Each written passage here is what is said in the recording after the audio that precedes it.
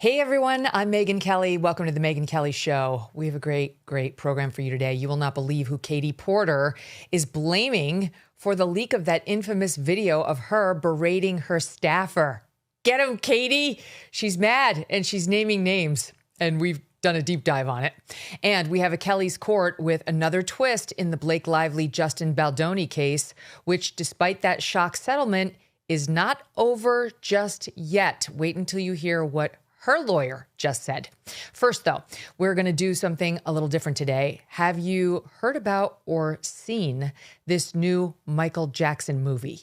It's called Michael, and it has already grossed nearly $600 million worldwide since its release on April 24th. I mean, that's no time at all ago, with a legitimate chance to hit the $1 billion mark. It's causing a lot of controversy. We'll explain why, but here's the movie's trailer. I love my family, but I just want to do my own thing. Just have all these ideas in my head. Just got to get them out. Then do it, Michael. Not a little boy anymore. Michael, I knew you were different the moment you were born. You have a very special life, too. I believe music can change the world.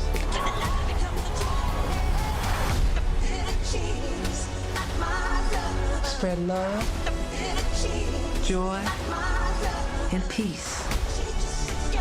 That is what I want the world to feel.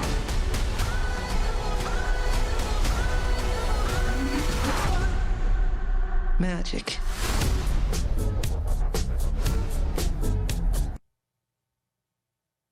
Wow. Now, the movie ends before Michael Jackson was accused of sexual abuse of children.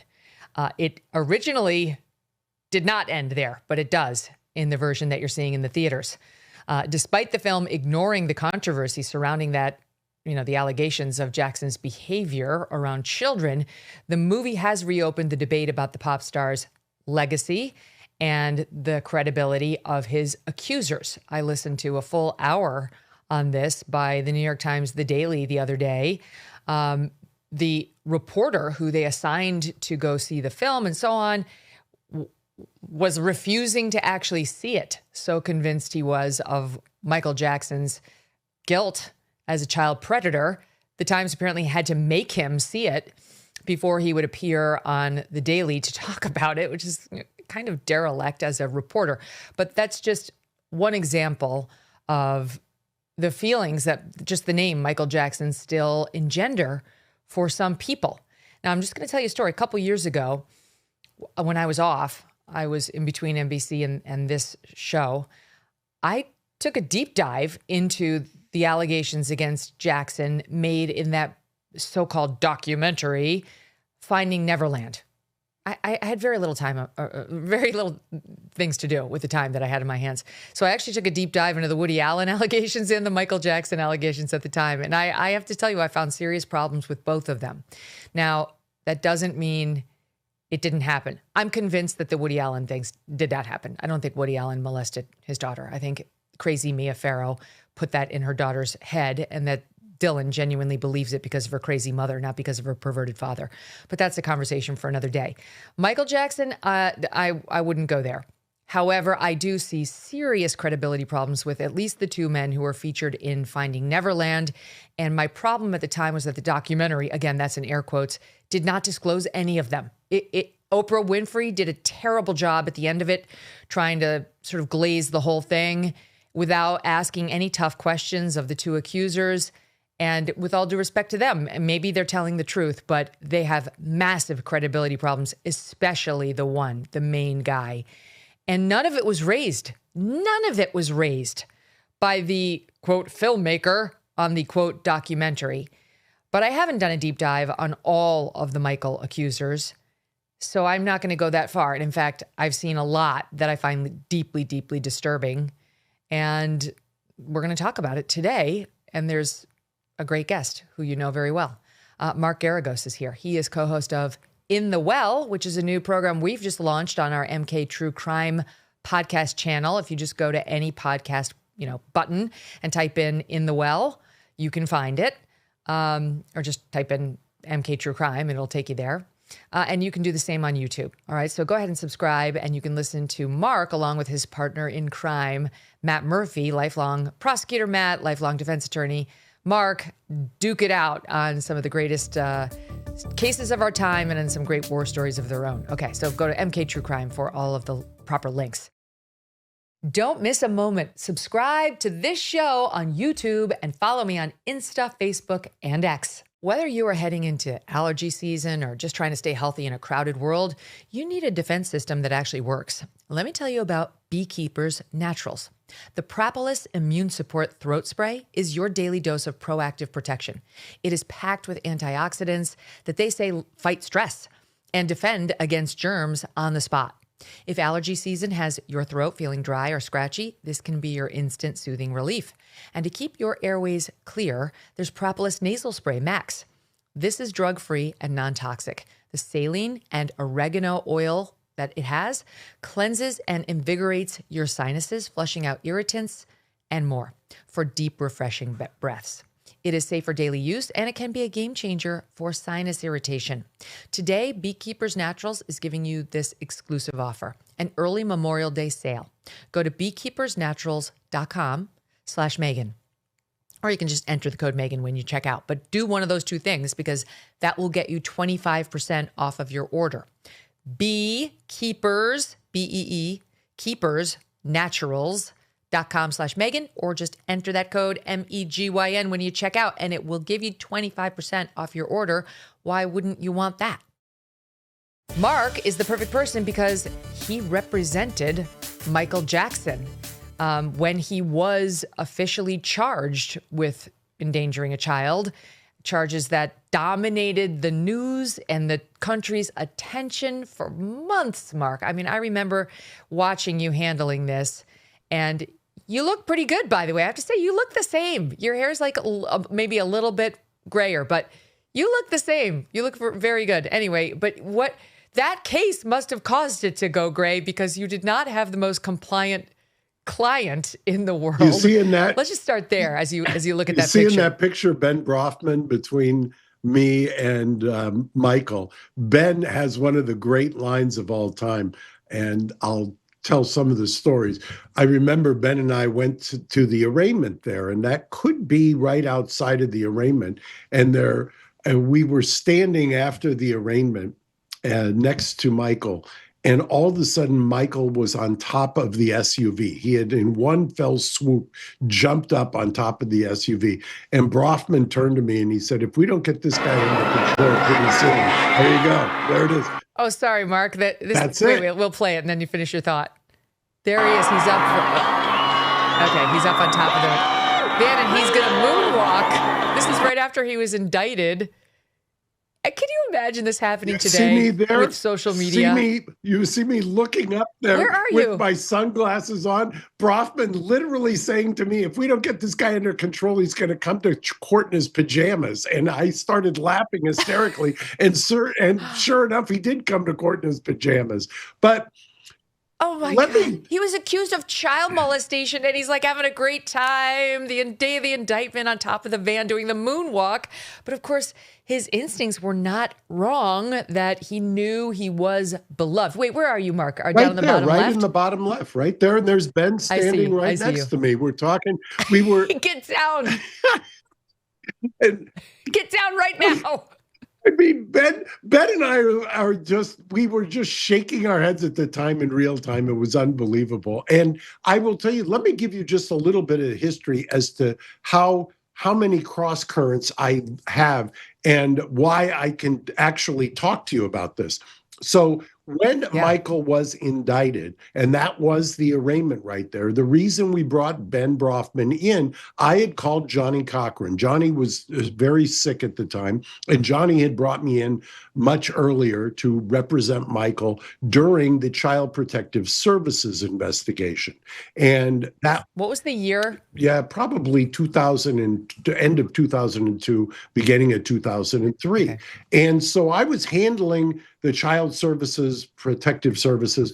And at the same time, I knew that there was this family that had kind of attached themselves to Michael. And one of the things that was also on the mission was to investigate the family. And as soon as I had done a little bit of investigation and my PI, who's now passed away, actually discovered this incident that had happened at J.C. Penney's involving the mother. As soon as we saw that, we had to get the family away from Michael because obviously. Okay, wait, just to jump in, because the same family that was alleging Michael had molested their son had sued J.C. Penney, alleging that a guard had roughed them up.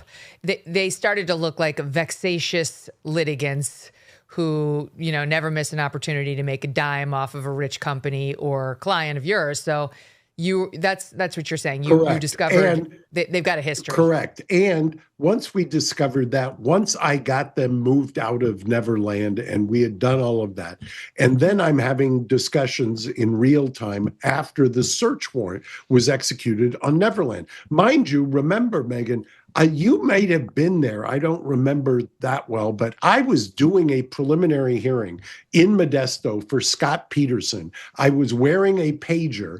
I got a page from the 805 area code, recognized it as the house, and literally, as I'm finalizing the preliminary hearing for Scott, they're executing the search warrant at Neverland. So we knew that this was happening. And there's a whole bunch of stories about what happened right after that and getting taped by the private plane jet operator who then tried to sell the tape of Michael and I on the jet. You and Michael had been on this private plane and they had the nerve of taping a lawyer with his client and trying to sell it to the highest bidder, which is insane. Beyond insane. The only thing, there is a Court of Appeals justice, I think she's retired now. I ended up suing the private plane operator and getting a $22 million verdict for that. And when we went up to the Court of Appeal, she, I don't know if it was joking or not, she said, "Are you telling me that it would shock Geragos's conscience to have a camera filming him and to get $22 million?" And so that ended up getting reversed and we had to retry. But the insanity of what was happening then with Michael in Santa Maria and Scott in Modesto and then later San Mateo was truly one of the craziest times. But Michael had support. He had unbelievable support compared to, and I always contrasted it with Scott, who was kind of the infamous bookend to that. And what happened was, I then quickly realized that Tom Sneddon, who was the then DA, was coming after Michael, alleging that he had obstructed justice basically by moving the family off of Neverland. That's why I brought... And just so I'm clear, Mark, about who we're talking about, because the boy that he was accused of molesting in the trial in 2003 was named Gavin Arvizo, but that it was technically the second accusation. The first was by a child named Jordy Chandler 10 years earlier in 1993. So when you're referring to the family, are you talking about Gavin's family that was at Neverland? Because that's the family with J.C. Penney. So you had marked them a little earlier as being too close to Michael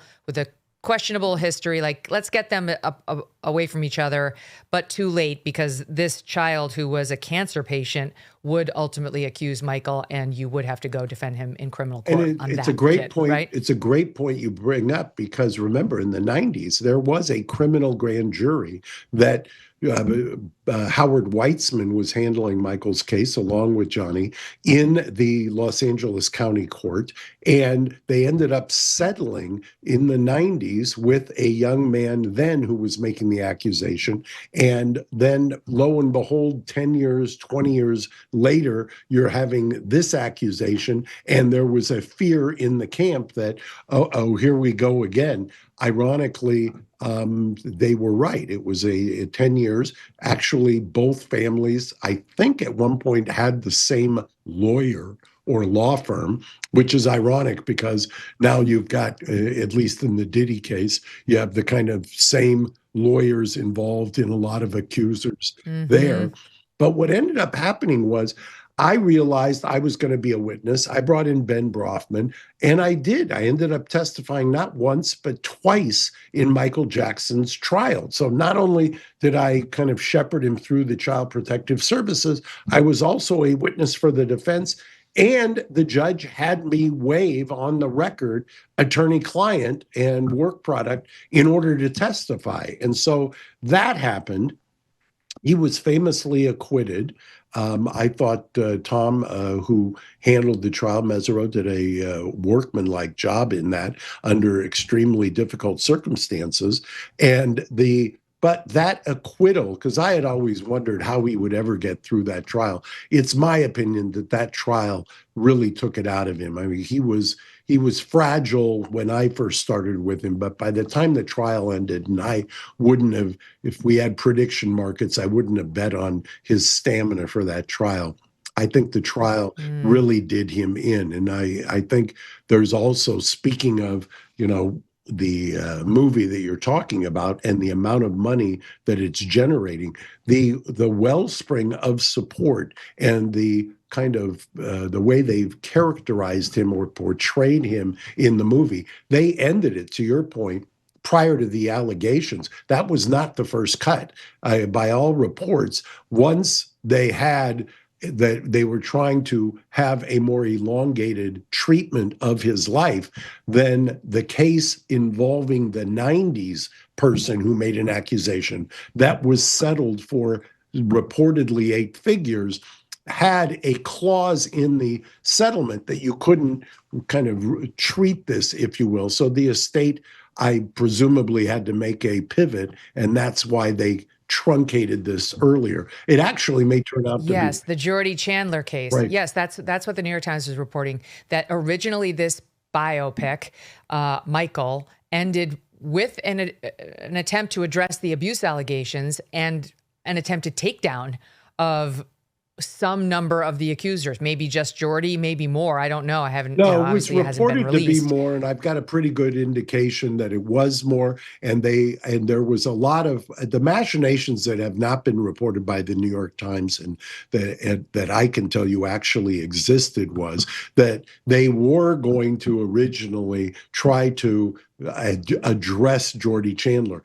But there was a monumental problem that was going on behind the scenes when there were other accusers that were there that they had not dealt with.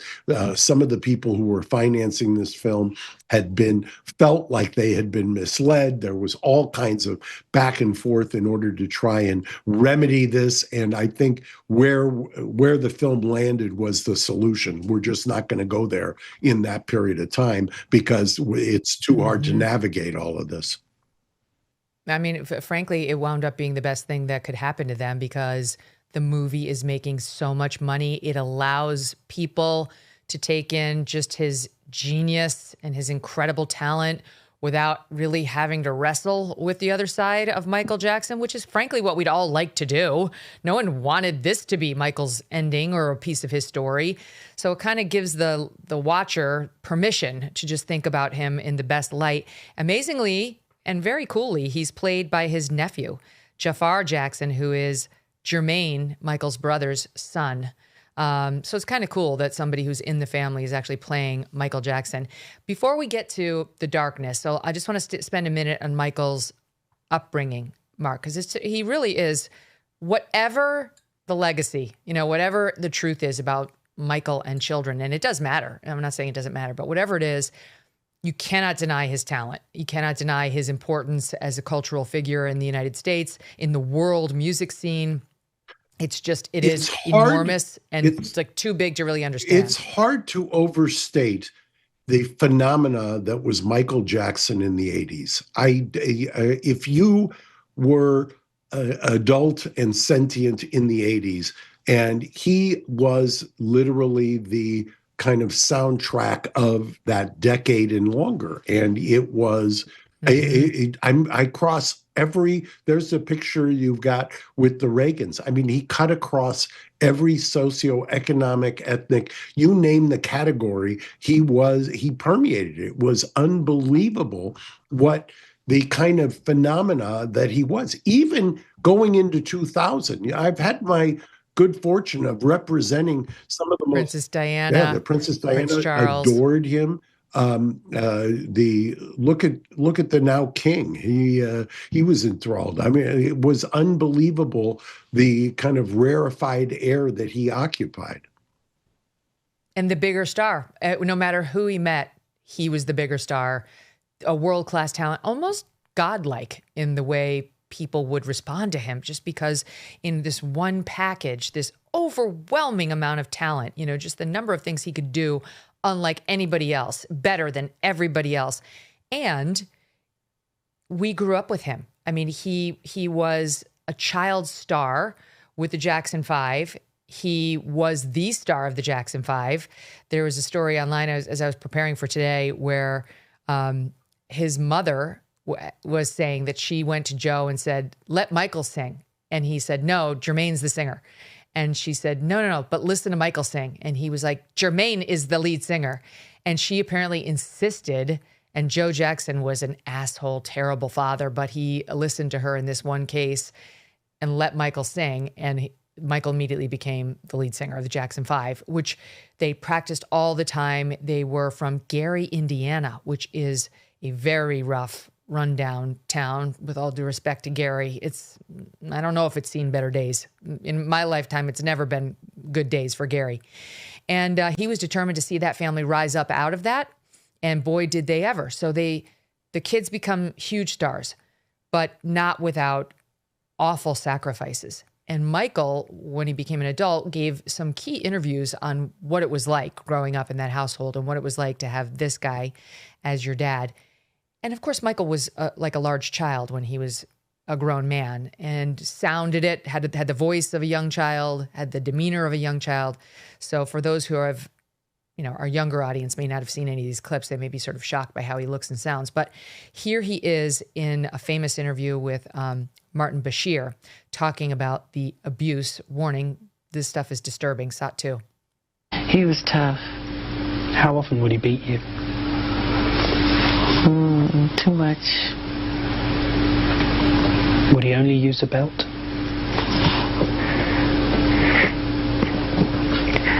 Why do you do this to me? No, more than a belt. What else would he use to hit you with? Iron cords.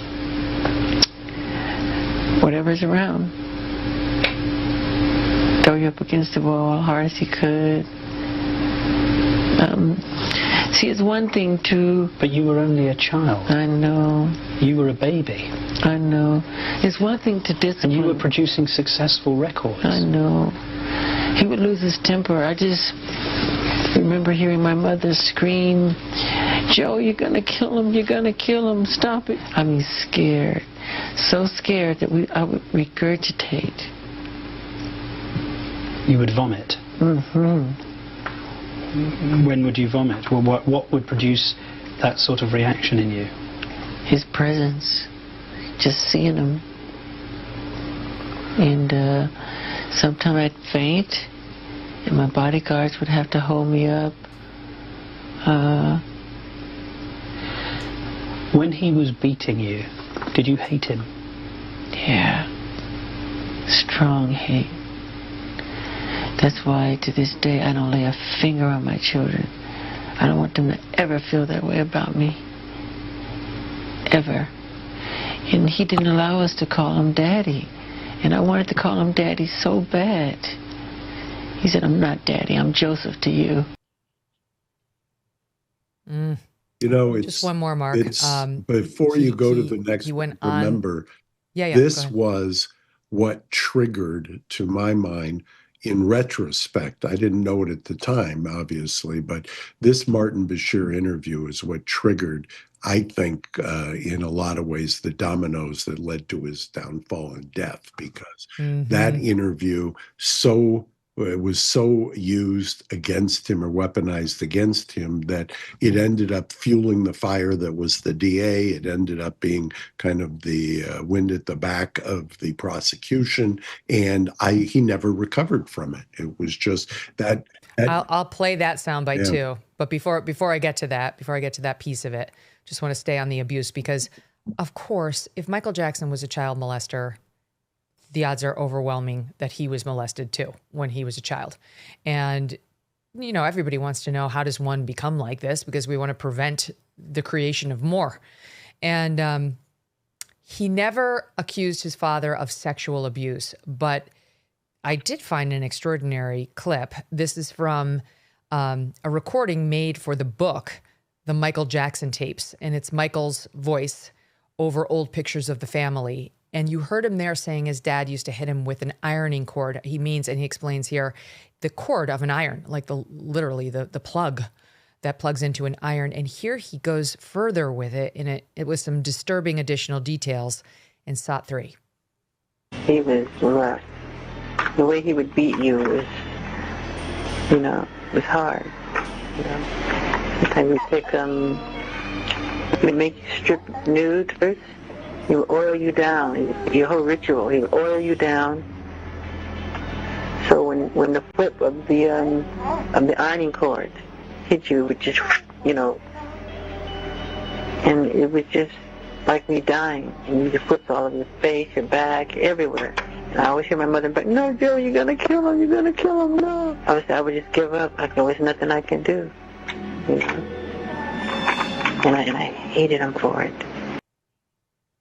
Wow.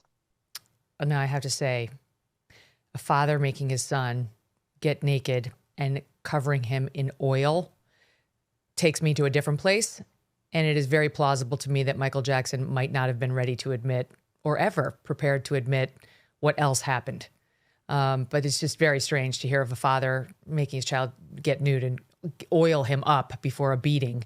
Either way, Mark, you can make the argument that that behavior plus physical abuse, that behavior plus sexual abuse could have created something very dark inside Michael. Well, I mentioned earlier, the first time I was brought in was when Child Protective Services was called on him, and you see there that he's talking about her in one of the previous things, talking about his own children.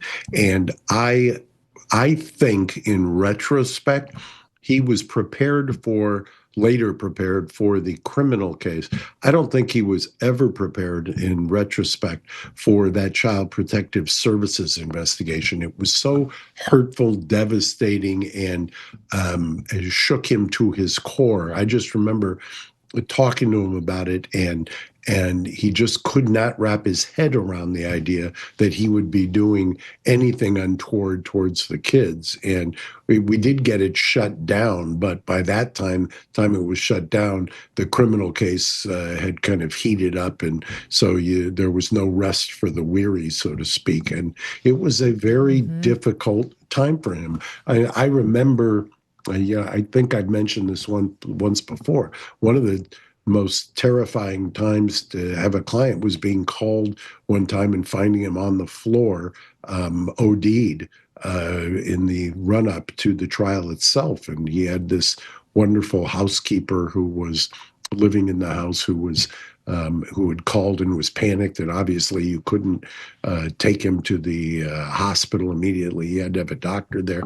I mean, by the time the 2000s came around, he had undergone so much, and he was, to use the term, self-medicating, having others medicate. It was just a spectacularly hard fall from the heights, to your point, that he had been at, 10 years earlier. Yeah, I mean, it was everything, right? Just from my vantage point out in the press and in the public, it was the multiple accusations, now the 93 accusation, the 2003 accusation of abuse, the endangerment of his own children injected into the conversation as, he could lose custody of his kids. The multiple plastic surgeries, which, that's a whole, his name is almost synonymous with the bizarre plastic surgery trend that's kind of taken over since then. But he was a pioneer in just doing too much and getting addicted to it and not knowing when to stop. The skin color changes, there's so many eccentricities about him. And some you could kind of easily dismiss as the product of mega fame, like ultra fame, like Elvis-like fame. And of course, he would wind up marrying Elvis's daughter. That's another whole twist, right?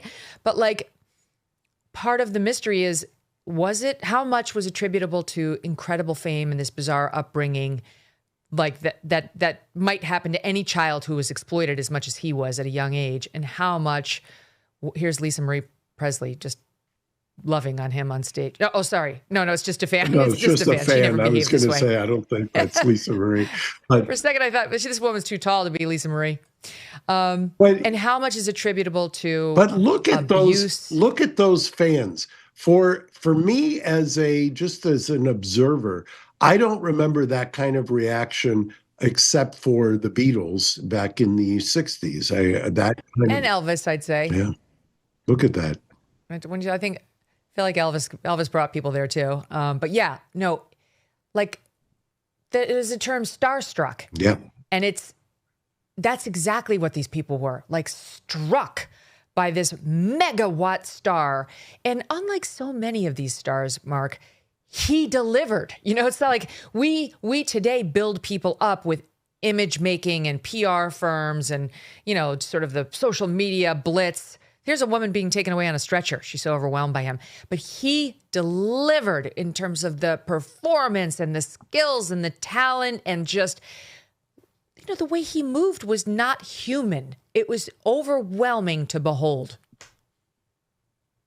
And what you see is just that kind of that tearing apart of him. And it's the analysis. I've thought a lot about it over the years, and at what price, and the kind of the collateral damage around him, and most recently with the new accusers, and the, on the heels of what we're talking about here, which is the movie that is out there that kind of just drops off right before. Next up, I believe will be a movie that talks about the trial, and that my guess is be out momentarily as well. And when you see there, by the way, that clip that you showed, I don't know a whole lot of men that could do what he did in terms of leaping up on top of an SUV, even at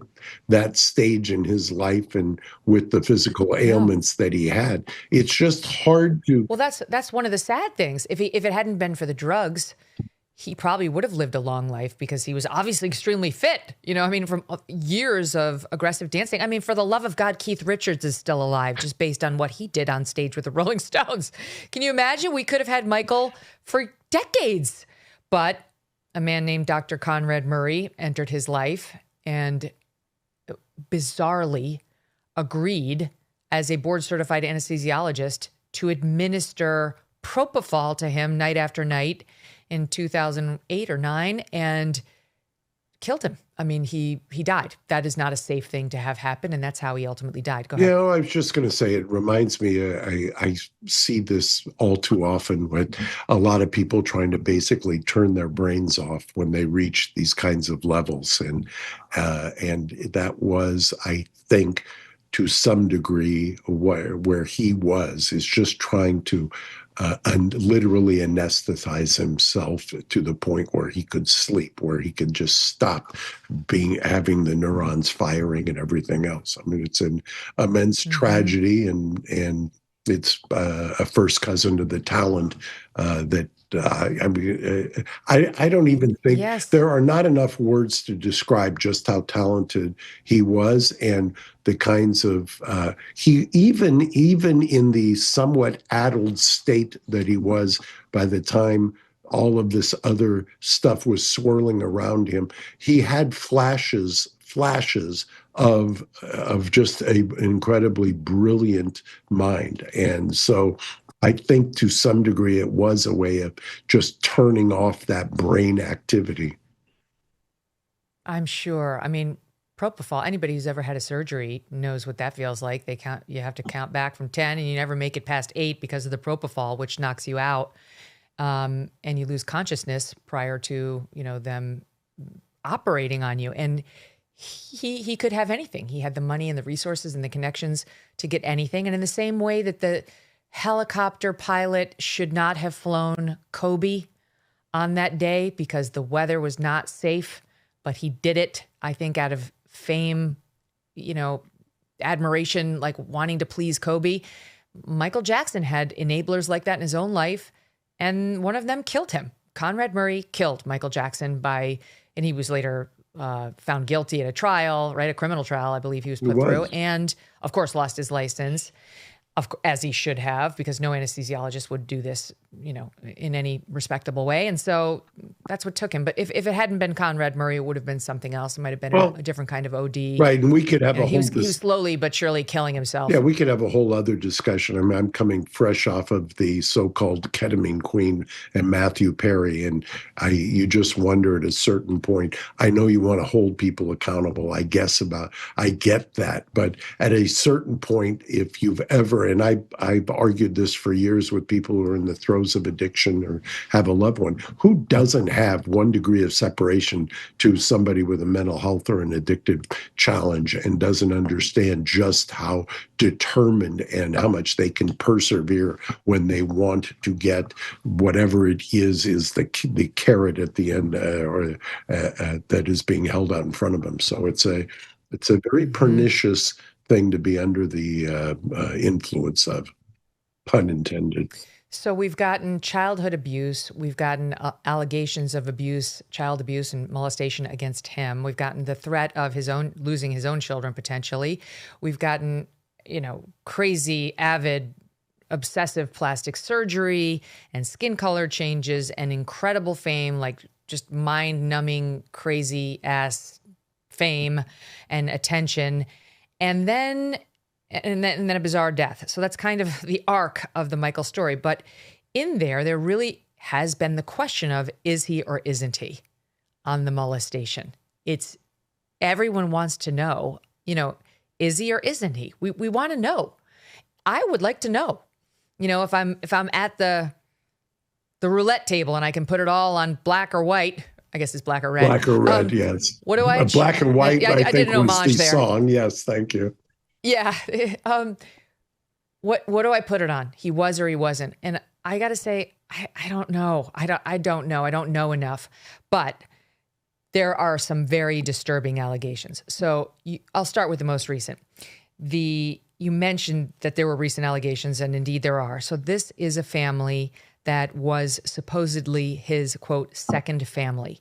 And they had been defending Michael for all these years, saying no, including, I think, four young children who used to spend tons of time at Neverland Ranch, which was made to look like Disney. I mean, Michael's room, he always used to say he was like Peter Pan who never grew up. And his bedroom had a Peter Pan figure in there, a Captain Hook figure, like hanging from the ceiling. It was all done up to look like a Peter Pan. Well, I will tell you, at Neverland, the two things that always struck me was there was a 2-story video arcade that when you turned on the lights was absolutely incredible. And then you've got right there the other area that is adjacent. I think, as I remember, it was adjacent to the theater, which I also thought was the amusement park. The amusement He's park there right with there. Macaulay Culkin in one of the rides, but keep going, Mark. So the interesting thing, in full disclosure, the family you're talking about is the Casio family, and I've spent an enormous amount of time with them, and I will tell you, if you spend time with them, they are convincing, they are persuasive. You don't have a heart if you doubt their emotional damage, sincerity, and their authenticity. I saw it firsthand. I've spent an inordinate amount of time with them, listening to them. I used to say about the Arvizo family, because I used to get all the time, the question is, did you believe back then in real time? And I used to say, well, I will tell you, I don't know about any other accusers, but I know in that particular instance that everything that we investigated, everything that we saw led us to believe that it was a shakedown. And I'm not going to be dissuaded from that. I can't speak to, and nor should I ever speak to any of the other accusations. I just know what I know, which is when you look at all of the accusations, when it turns out that the Arvizo family apparently hired the same lawyer that Jordy Chandler had, when you see the kinds of history involving the family, all of those things give you great pause. But then sit down and talk with the Cassios, and that will give you great pause. And I think that somebody who's not there is going to make their own decision. And it's almost a Rorschach test, I suppose, because we don't have anything along the lines of what sometimes you will have in these cases, which is computers filled with child porn or a tape of the molestation or some kind of an eyewitness or some what's called direct evidence, even though I often will make the argument circumstantial and direct are equally powerful. In a lot of cases, circumstantial is more powerful, but it's a very mind numbing kind of exercise to get into when you have somebody who is so enormously talented, who's been dead for so long, and you're revisiting whether or not there was this unbelievable dark side to him. And that's, I think, what has captivated people, but it certainly did not hurt the box office, which doesn't surprise me in the least. Mm-hmm. No, it's one of those things, like it would be one thing if they were like, Michael Jackson was a shoplifter. You know, he had a Winona Ryder problem. Even though he was rich, he just felt the need to do this thing. People would have moved on. Who really cares? But he's been accused of literally the worst possible crime you can commit. I mean, it is arguably worse even than murder. I will tell you, if you're, God forbid, you're ever sent to prison, you would rather be convicted of murder than you would of child molestation. You've got a longer shelf life than for somebody who's a child molester. They just don't last long in prison because it's considered the worst of the worst.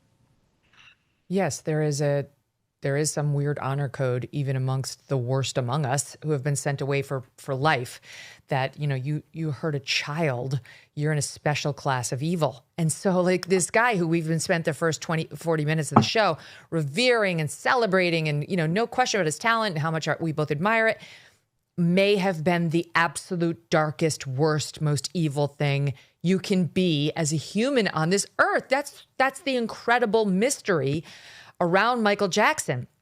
And it's also why those of us who want to just celebrate his music and his talent may very much like this biopic, you know, may very much like Michael, because we don't have to deal with it. You know, it ends just as he's about to go on the bad tour.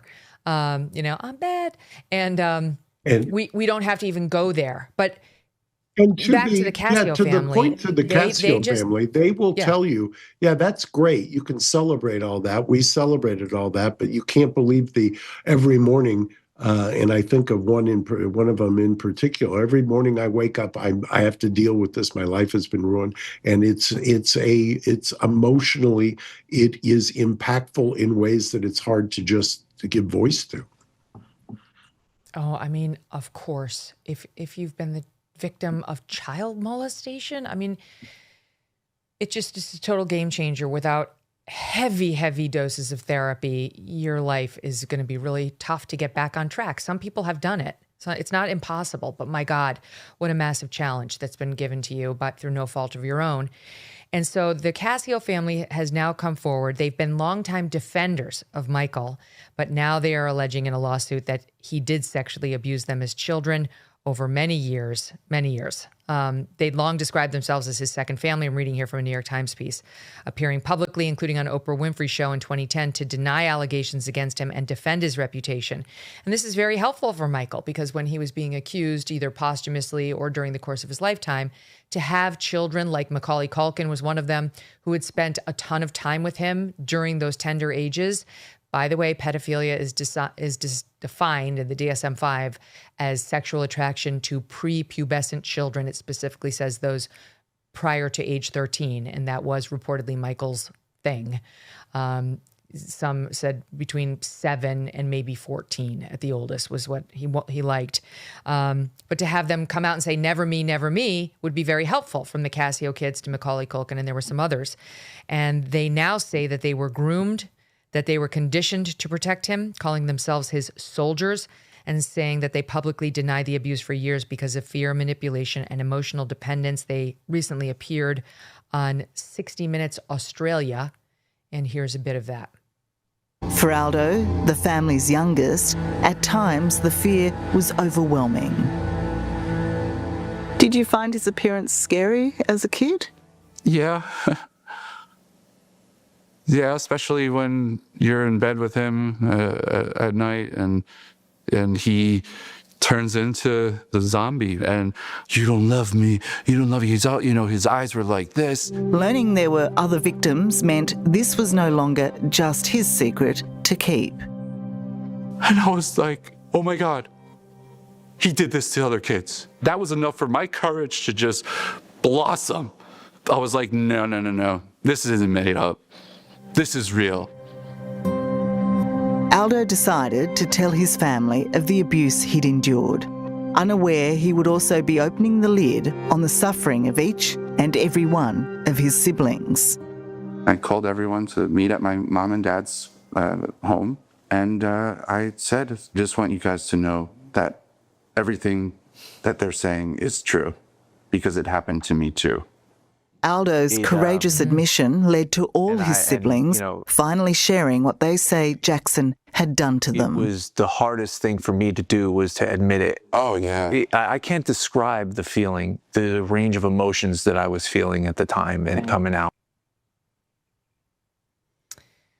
I mean, it's pretty powerful stuff, Mark. I will say just one caveat, yes. A little less so, because they filed a lawsuit. Like if people would just come forward and say this happened without then filing the lawsuit, I think it would be a lot more powerful. But they did say it in the context of seeking money, which must be noted. Go ahead. Well, we do have a civil justice system, and there are clear abuses in the civil justice system. I can think of cases. I'm sitting here in New York, and in the Southern District, there's been all kinds of sanctioning of lawyers who bring cases that are patently ridiculous, and so there is that. But in this case, I think that was the last thing that any of the Casios wanted. And I talked to them, and without betraying attorney-client, I will tell you that they tried mightily. I tried mightily to get them what they needed, and it's just a tough situation. Imagine what they're in. They're in a situation where they didn't know the extent of what the others then subsequently told them. Number one of the reasons that I thought was most compelling is I remember going to pick up Michael at one point for a court appearance, and they told me about that, and they told me where they were hidden, and it was a location that nobody knew about, meaning a hotel nobody knew that I was picking them up in, and they told me where I was and that I was being hidden from Michael at the time, and it was kind of a stunning story to be told, given in retrospect. I too had been clearly a defender of his, a witness not once but twice during his trial as well. So I'm as perplexed and torn as you are from the outside, and having been on the inside, as to these cross currents. And it's a kind of a conundrum that I don't know where ultimately at the end I fall. So personally, and he's not here. Correct. He's not here to defend himself. And that was the problem, too, with Finding Neverland. You heard them reference, watching the claims, and them, the one son then coming out and saying, it happened to me, too. And he found the two accusers' stories in Finding Neverland, a quote, documentary, to be credible based on his own experience. Now, of course, I did not. Save Chuck, possibly more than Wade Robson. And we'll talk about those two next. We have to take a quick break, but we've got to talk about Finding Neverland, which I think did more harm to like these current allegations by this family, then good, because Wade Robson in particular has got a lot of issues with his story and was clearly caught lying under oath in his civil suit against the Jackson estate, which it's just devastating to the whole story. And Safe Chuck less so, but also had some money issues before he filed his lawsuit, which the documentary didn't disclose. And also didn't come forward until after Michael died. So it's, okay, so that's sort of a pattern. We're going to pick up that piece of it right after this quick break. Don't go away. Mark stays with us. Wow, what a story. Hey, thanks for watching today's full episode. If you're new here, throw us a subscribe. See what you think. Stay in touch. There's plenty more goodness where this one came from. As always, we really do value your feedback. So email me too, Megyn, Megyn at megynkelly.com, or just leave a comment down below. I do read them. I meander over and I scroll through and I find them very entertaining and really appreciate the feedback. But in any event, join the community by becoming a subscriber so you miss nothing. We value your support. We may not always agree on positions, but as you know, I'm very open-minded to people who disagree with me. That's how I learn. So thanks. And thanks for trusting us to always talk about it openly, honestly, and with provocative conversations. Let's talk about an uncomfortable reality. What happens financially to our loved ones once we're no longer here? We put off thinking about it for obvious reasons, but the best thing we can do for our family is to just take a few minutes and deal with this problem to ensure that they're not left with a financial burden of mortgage, tuition, medical bills, and so on. Okay, taking steps to financially protect your family is actually easier nowadays than ever. And that is where Ethos comes in. Ethos makes getting life insurance fast and easy and 100% online. You don't have to deal with real humans. You can get a quote in seconds, apply in minutes, and even get same-day coverage. There's no medical exam even. All you need to do is just answer a few simple health questions, and you can get up to $3 million in coverage. You will get the lowest rate from their network of trusted carriers with some policies as low as $30 a month. It's no wonder why Ethos has 4.8 out of 5 stars on Trustpilot with over 4,000 reviews. So take 10 minutes to get covered today. Just get it out of the way with life insurance through Ethos. Get your free quote at ethos.com/MK. That's ethos.com/MK. Application times may vary, as may rates. Mark Geragos is back with me now. He is a very well-known, successful attorney, and he's also the host of In the Well. That is our new MK True Crime show. It's on our MK True Crime channel. If you go to your little podcast button and you just type in MK True Crime and subscribe, you will get In the Well. Or you can go to mktruecrime.com and it'll show you how to subscribe directly to the show via YouTube, etc. But get it because it's on fire after just 2 episodes. They kicked it off with quite a bang.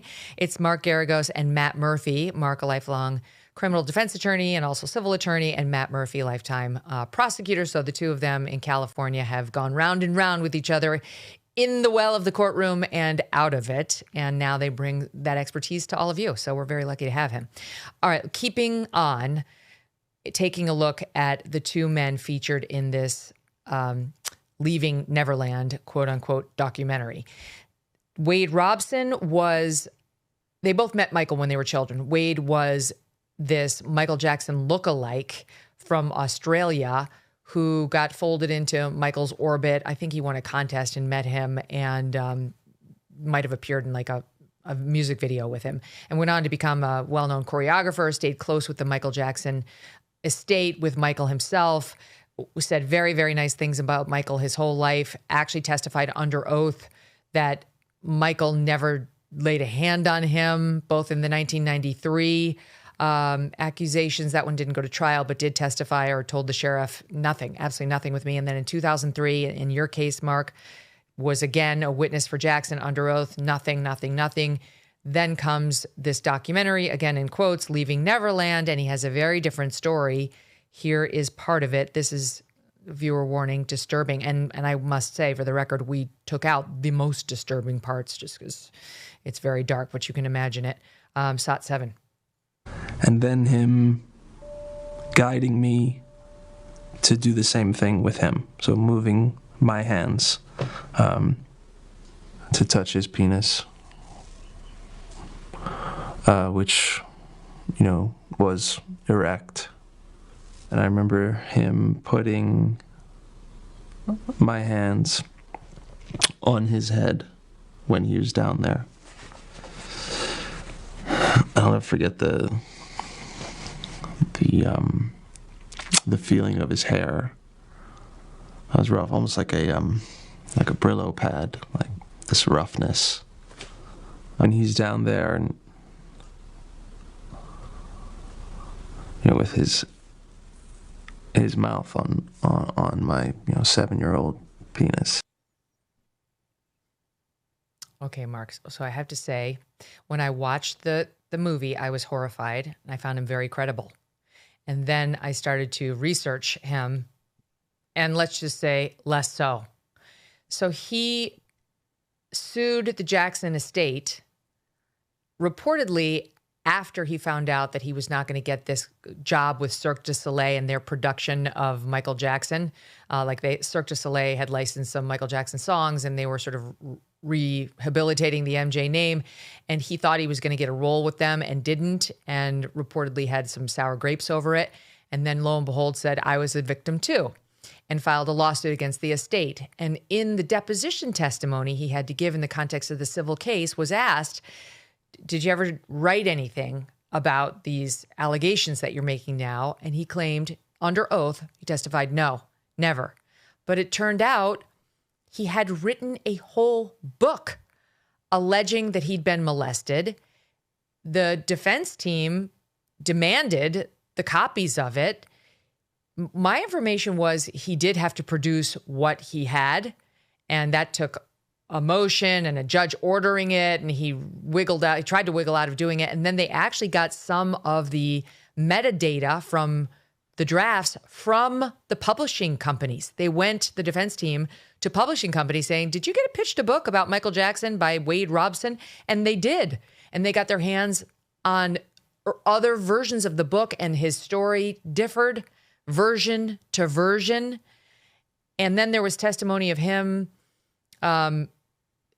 earlier that made clear he didn't remember the details.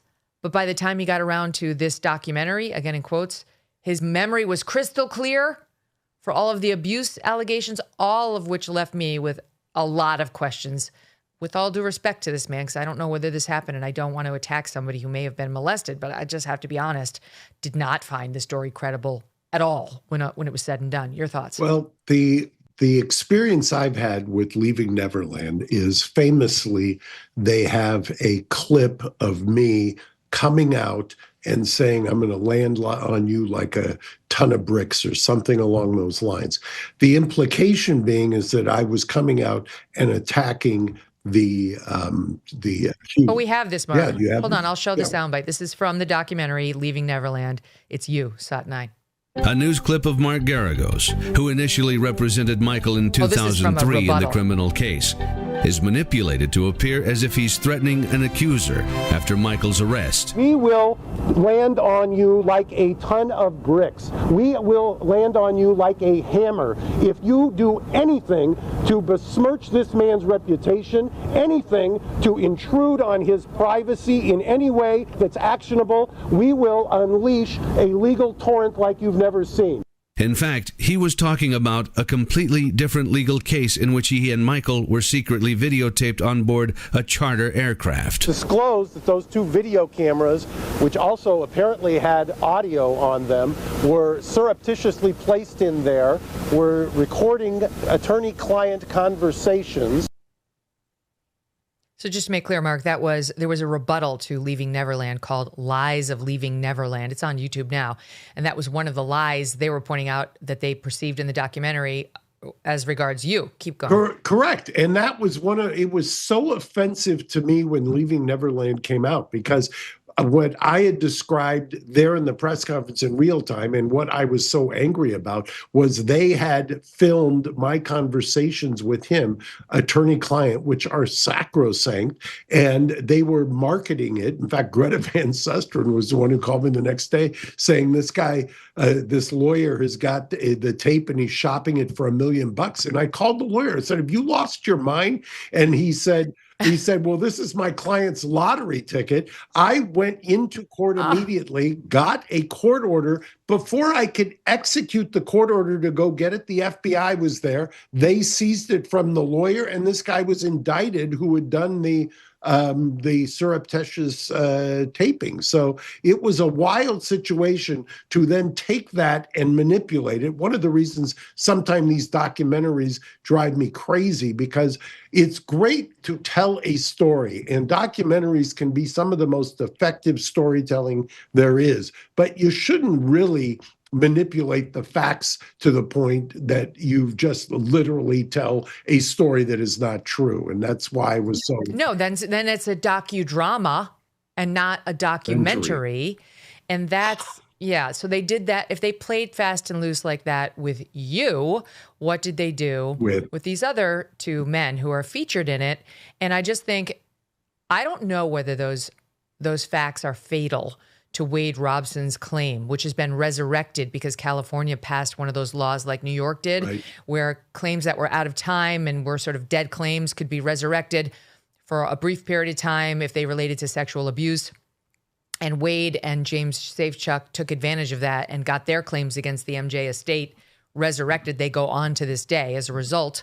But I do know that as a journalist or a storyteller doing a documentary, you must include the credibility problems in your documentary and let the audience decide. And this guy did not do that on either one of these men, which is it is a fatal flaw in the presentation. By the way, if you're in a jury trial and this happened, say that this kind of manipulation happened, you would get a jury instruction that says a witness who is willfully false in a material part of his testimony, he or she can be and should be disbelieved in others.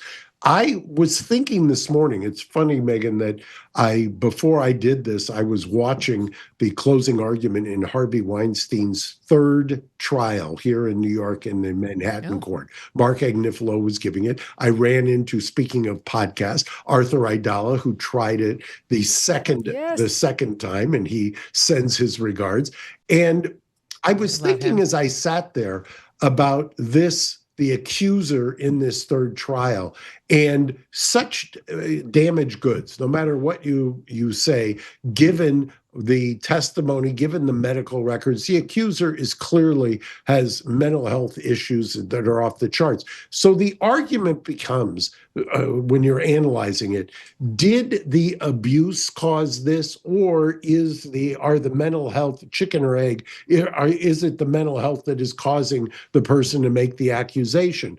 And those kinds of determinations should be left up to jurors in the courtroom and viewers in documentary. To your point, why ignore things that could be credibility issues? Let people decide based on a fulsome record as opposed to a skewed argument or kind of a rhetorical device. Yes, absolutely. There was, in that Lies of Leaving Neverland, they pointed out this thing I just mentioned about how Wade's deposition reveals that he had to ask his mom to remember details about the alleged abuse. And that was at an earlier point in time than when he's with Leaving Neverland, remembering them all. He's got great details. He's a good storyteller. He can really take you there. If you watch the documentary, again in quotes, boy, he really adds a lot of color, none of which he remembered years earlier when he was under oath and asked to tell this story. So there are a lot of questions.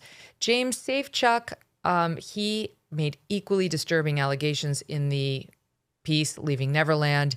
The knock against him is that he was reportedly facing a serious lawsuit that hit right before he sat down for that documentary, and was facing some serious financial threats. And that would have incentivized his filing a civil suit, as he did, and participating with this, quote, documentary. And again, that may not move you at all, but it should be disclosed by a filmmaker. In any event, here's James Safechuck, in part, again, with a viewer warning on the disturbing nature of what he's going to say in Sod 8. At the train station, there's a room upstairs. And we would have sex up there too. Would happen every day. It sounds sick, but it's kind of like when you're first dating somebody, right? You do a lot of it. So it was very much like that. He liked if I rubbed his nipples. So we would do stuff, and then in the end, when he wanted to ejaculate, he would finish himself.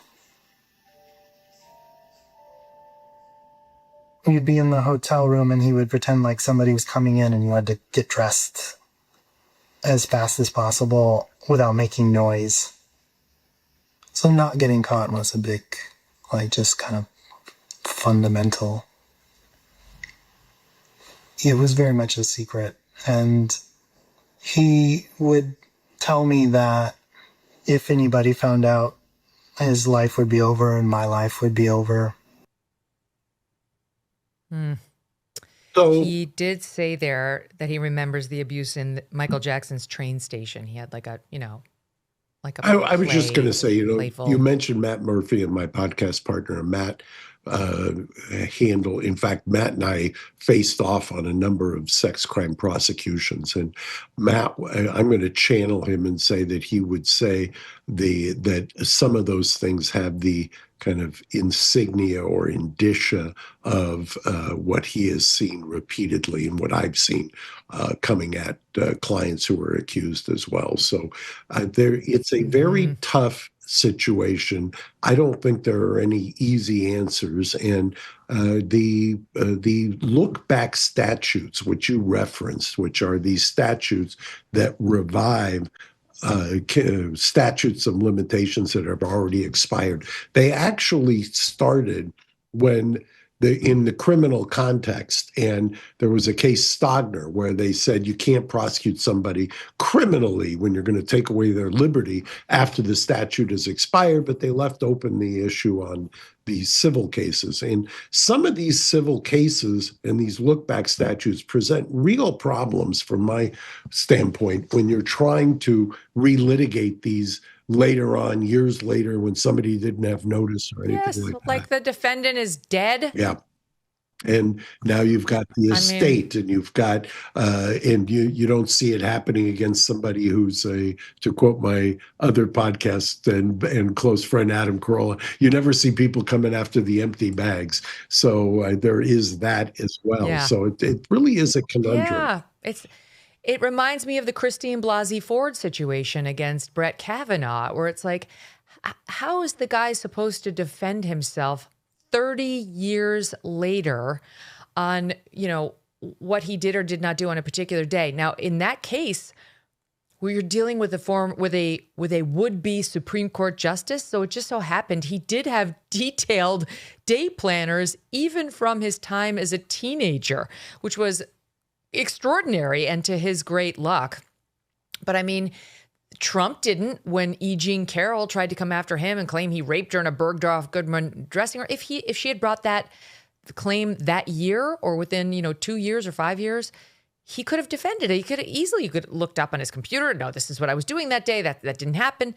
It's just allowing this to be brought decades after the fact just sets the poor defendants up for certain disappointment. It seems very unfair. It's precisely why you have a statute of limitations. I mean, there is a reason why there is a statute of limitations with carved out exceptions traditionally for hundreds of years for things like murder. Obviously, there should be, and you can think of every public policy reason why there shouldn't be a statute of limitations for murder. And fast forward now to cold case DNA, things of that nature, and it makes perfect sense.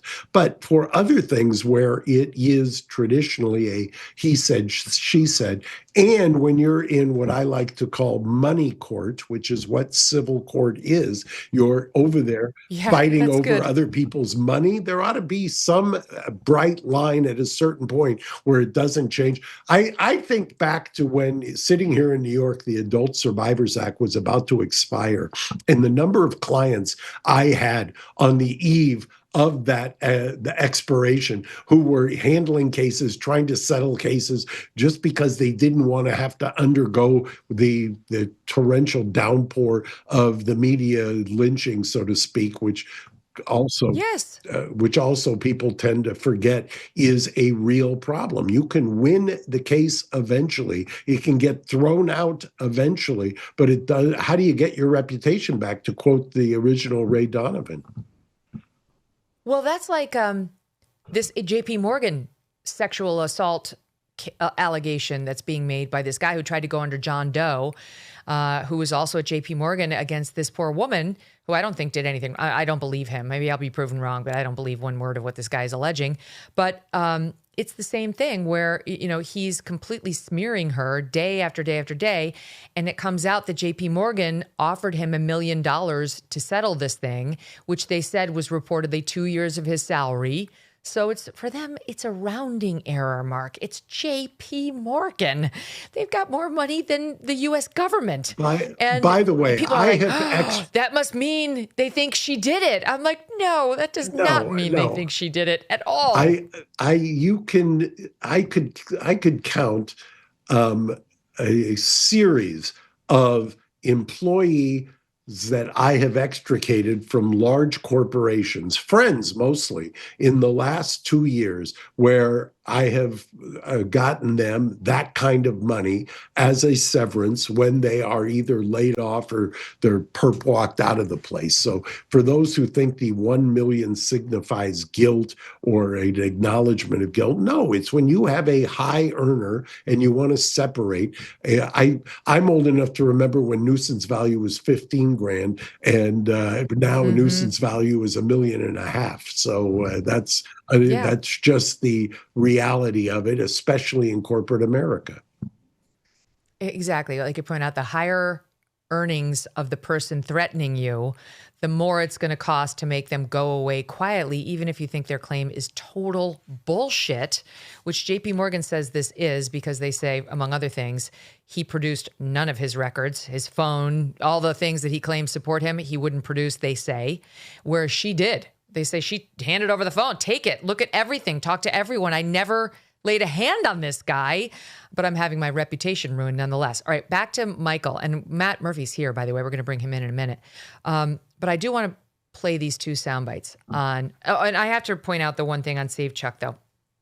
He mentioned that he was allegedly abused in this like Disney-esque train station that Michael had built on Neverland, his property, which is made to look like, you know, Peter Pan's world. It is very, I'll tell you, it is very Disney-esque. I definitely want to talk to you about it, but what happened after the documentary, in quotes, dropped was Jackson biographer Mike Smallcombe revealed that train station was not built until 1994. And in the documentary, James Safechuck claims he was abused from 1988 till 1992. Oops. And therefore could never have been molested in a room at the Neverland train station. This guy Smallcombe tweeted out Santa Barbara County construction permits showing approval for the building did not happen until September 1993. So that would seem to be a pretty glaring error here. That's one of those. In response to that. Right. That's a no shit moment for the director, Dan Reed. But instead, if you're the defense lawyer and you find that fact, you can only imagine what you're saying to your associates at the time. Yeah, it's not ideal. Oh, we have a clip of the director's response, do we? Okay, so once again, this from Lies of Neverland, the rebuttal, they address this. Let's watch it. He says that one of the locations where Michael Jackson was abusing him on a daily basis was the Neverland train station. Right. And he vividly describes the interior of the train station. Now, this version of the story that he tells in the TV show places that abuse in the train station in 1988-89. The train station did not even open until 1994. And as you correctly say, in his sworn declarations, in his ongoing litigation with the estate, he says that Michael Jackson stopped molesting him when he was around 14 years old in 1992 because he got too old for him. Right. And the whole narrative of this film is that Michael Jackson molests boys, and then when the boys hit puberty and get too old, he then ditches them and moves on to a younger boy. That's the whole narrative that they're selling with this documentary. But when it's revealed that this location where Safechuck is describing his abuse it did not exist when he was the age he said he was, Dan Reed, the director of the documentary, goes onto Twitter and says, well, there's no dispute about when the train station was built, but what's in dispute is the dates of the abuse. Right. So James Safechuck was abused after the train station was built. Well, firstly, he's now accusing his own star witness of perjury because James Safechuck has signed not one but two sworn declarations in which he states that Michael Jackson never abused him after 1992. Right. So in order to defend his documentary, he's throwing its star witness under the bus.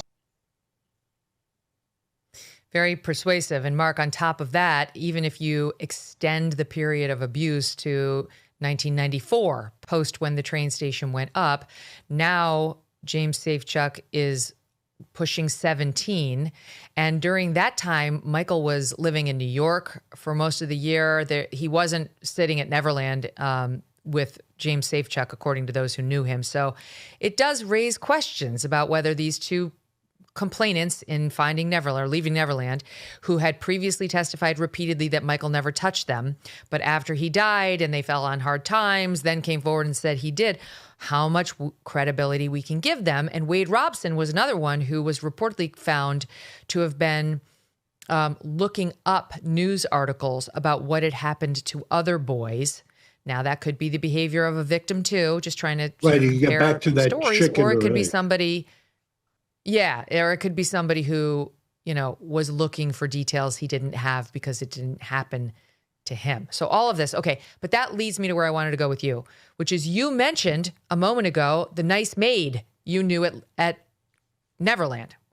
And was that Adrienne McManus?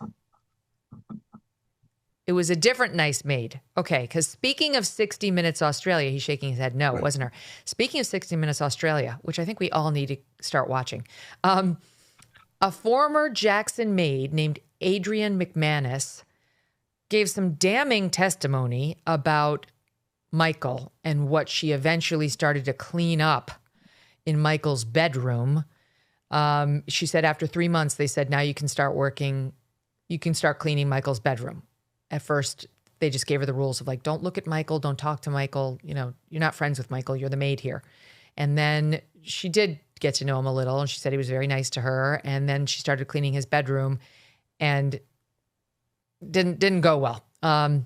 This is an allegation, and here is part of it. Again, disturbing, 5. And underwear is also in his bed. I did find underwears that were men's briefs in the walk-in closet, and they were I don't like to say this, they were like crunchy, hard with yellow stains all over them. I didn't know who they belonged to because the little boys started wearing Michael's briefs. There was a lot of Vaseline at Neverland. Sometimes it was found in the golf carts when Mr. Jackson would take off with the boys. Vaseline? Yeah, Vaseline. And there was a lot of Vaseline in Michael's bedroom. It was actually all over the ranch. Is there possibly an innocent explanation for that? I don't think so. Okay, now I will say on the Vaseline, the guy was the king of plastic surgery, so who the hell knows what he needed the Vaseline for? You know what I mean?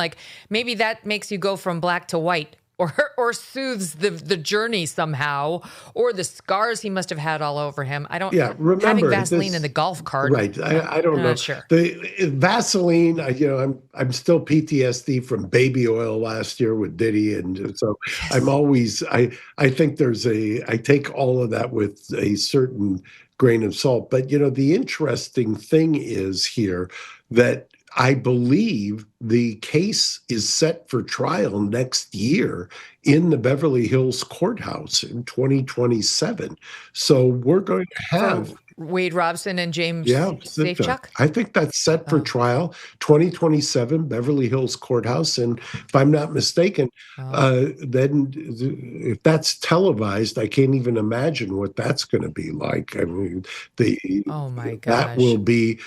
And I, frankly, for a case like this, that's where this belongs, in a courtroom to try and settle it with admissible evidence as opposed to kind of speculation or this, that, things floating out in the ether. I think that that's one of the great things about being in a courtroom is that you can actually get the evidence. I was thinking yesterday, completely off topic about that, but this Rebecca Grossman and the pitcher and that civil trial that's being tried in Los Angeles right now, that's being televised, where she was convicted of the murder of the two little Iskander boys. And we're finding out stuff in the civil trial that we never knew about in the criminal trial. I have a sneaking suspicion, I know the lawyers involved, and they're all really top flight, that we will find out a lot that we didn't know and that has been reported once we get into trial next year.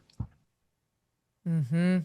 I mean, in very few of these cases where you have a sexually molested child or a sexually abused woman, do you have somebody whose testimonial is totally pristine and they have absolutely no credibility issues. I mean, they're humans.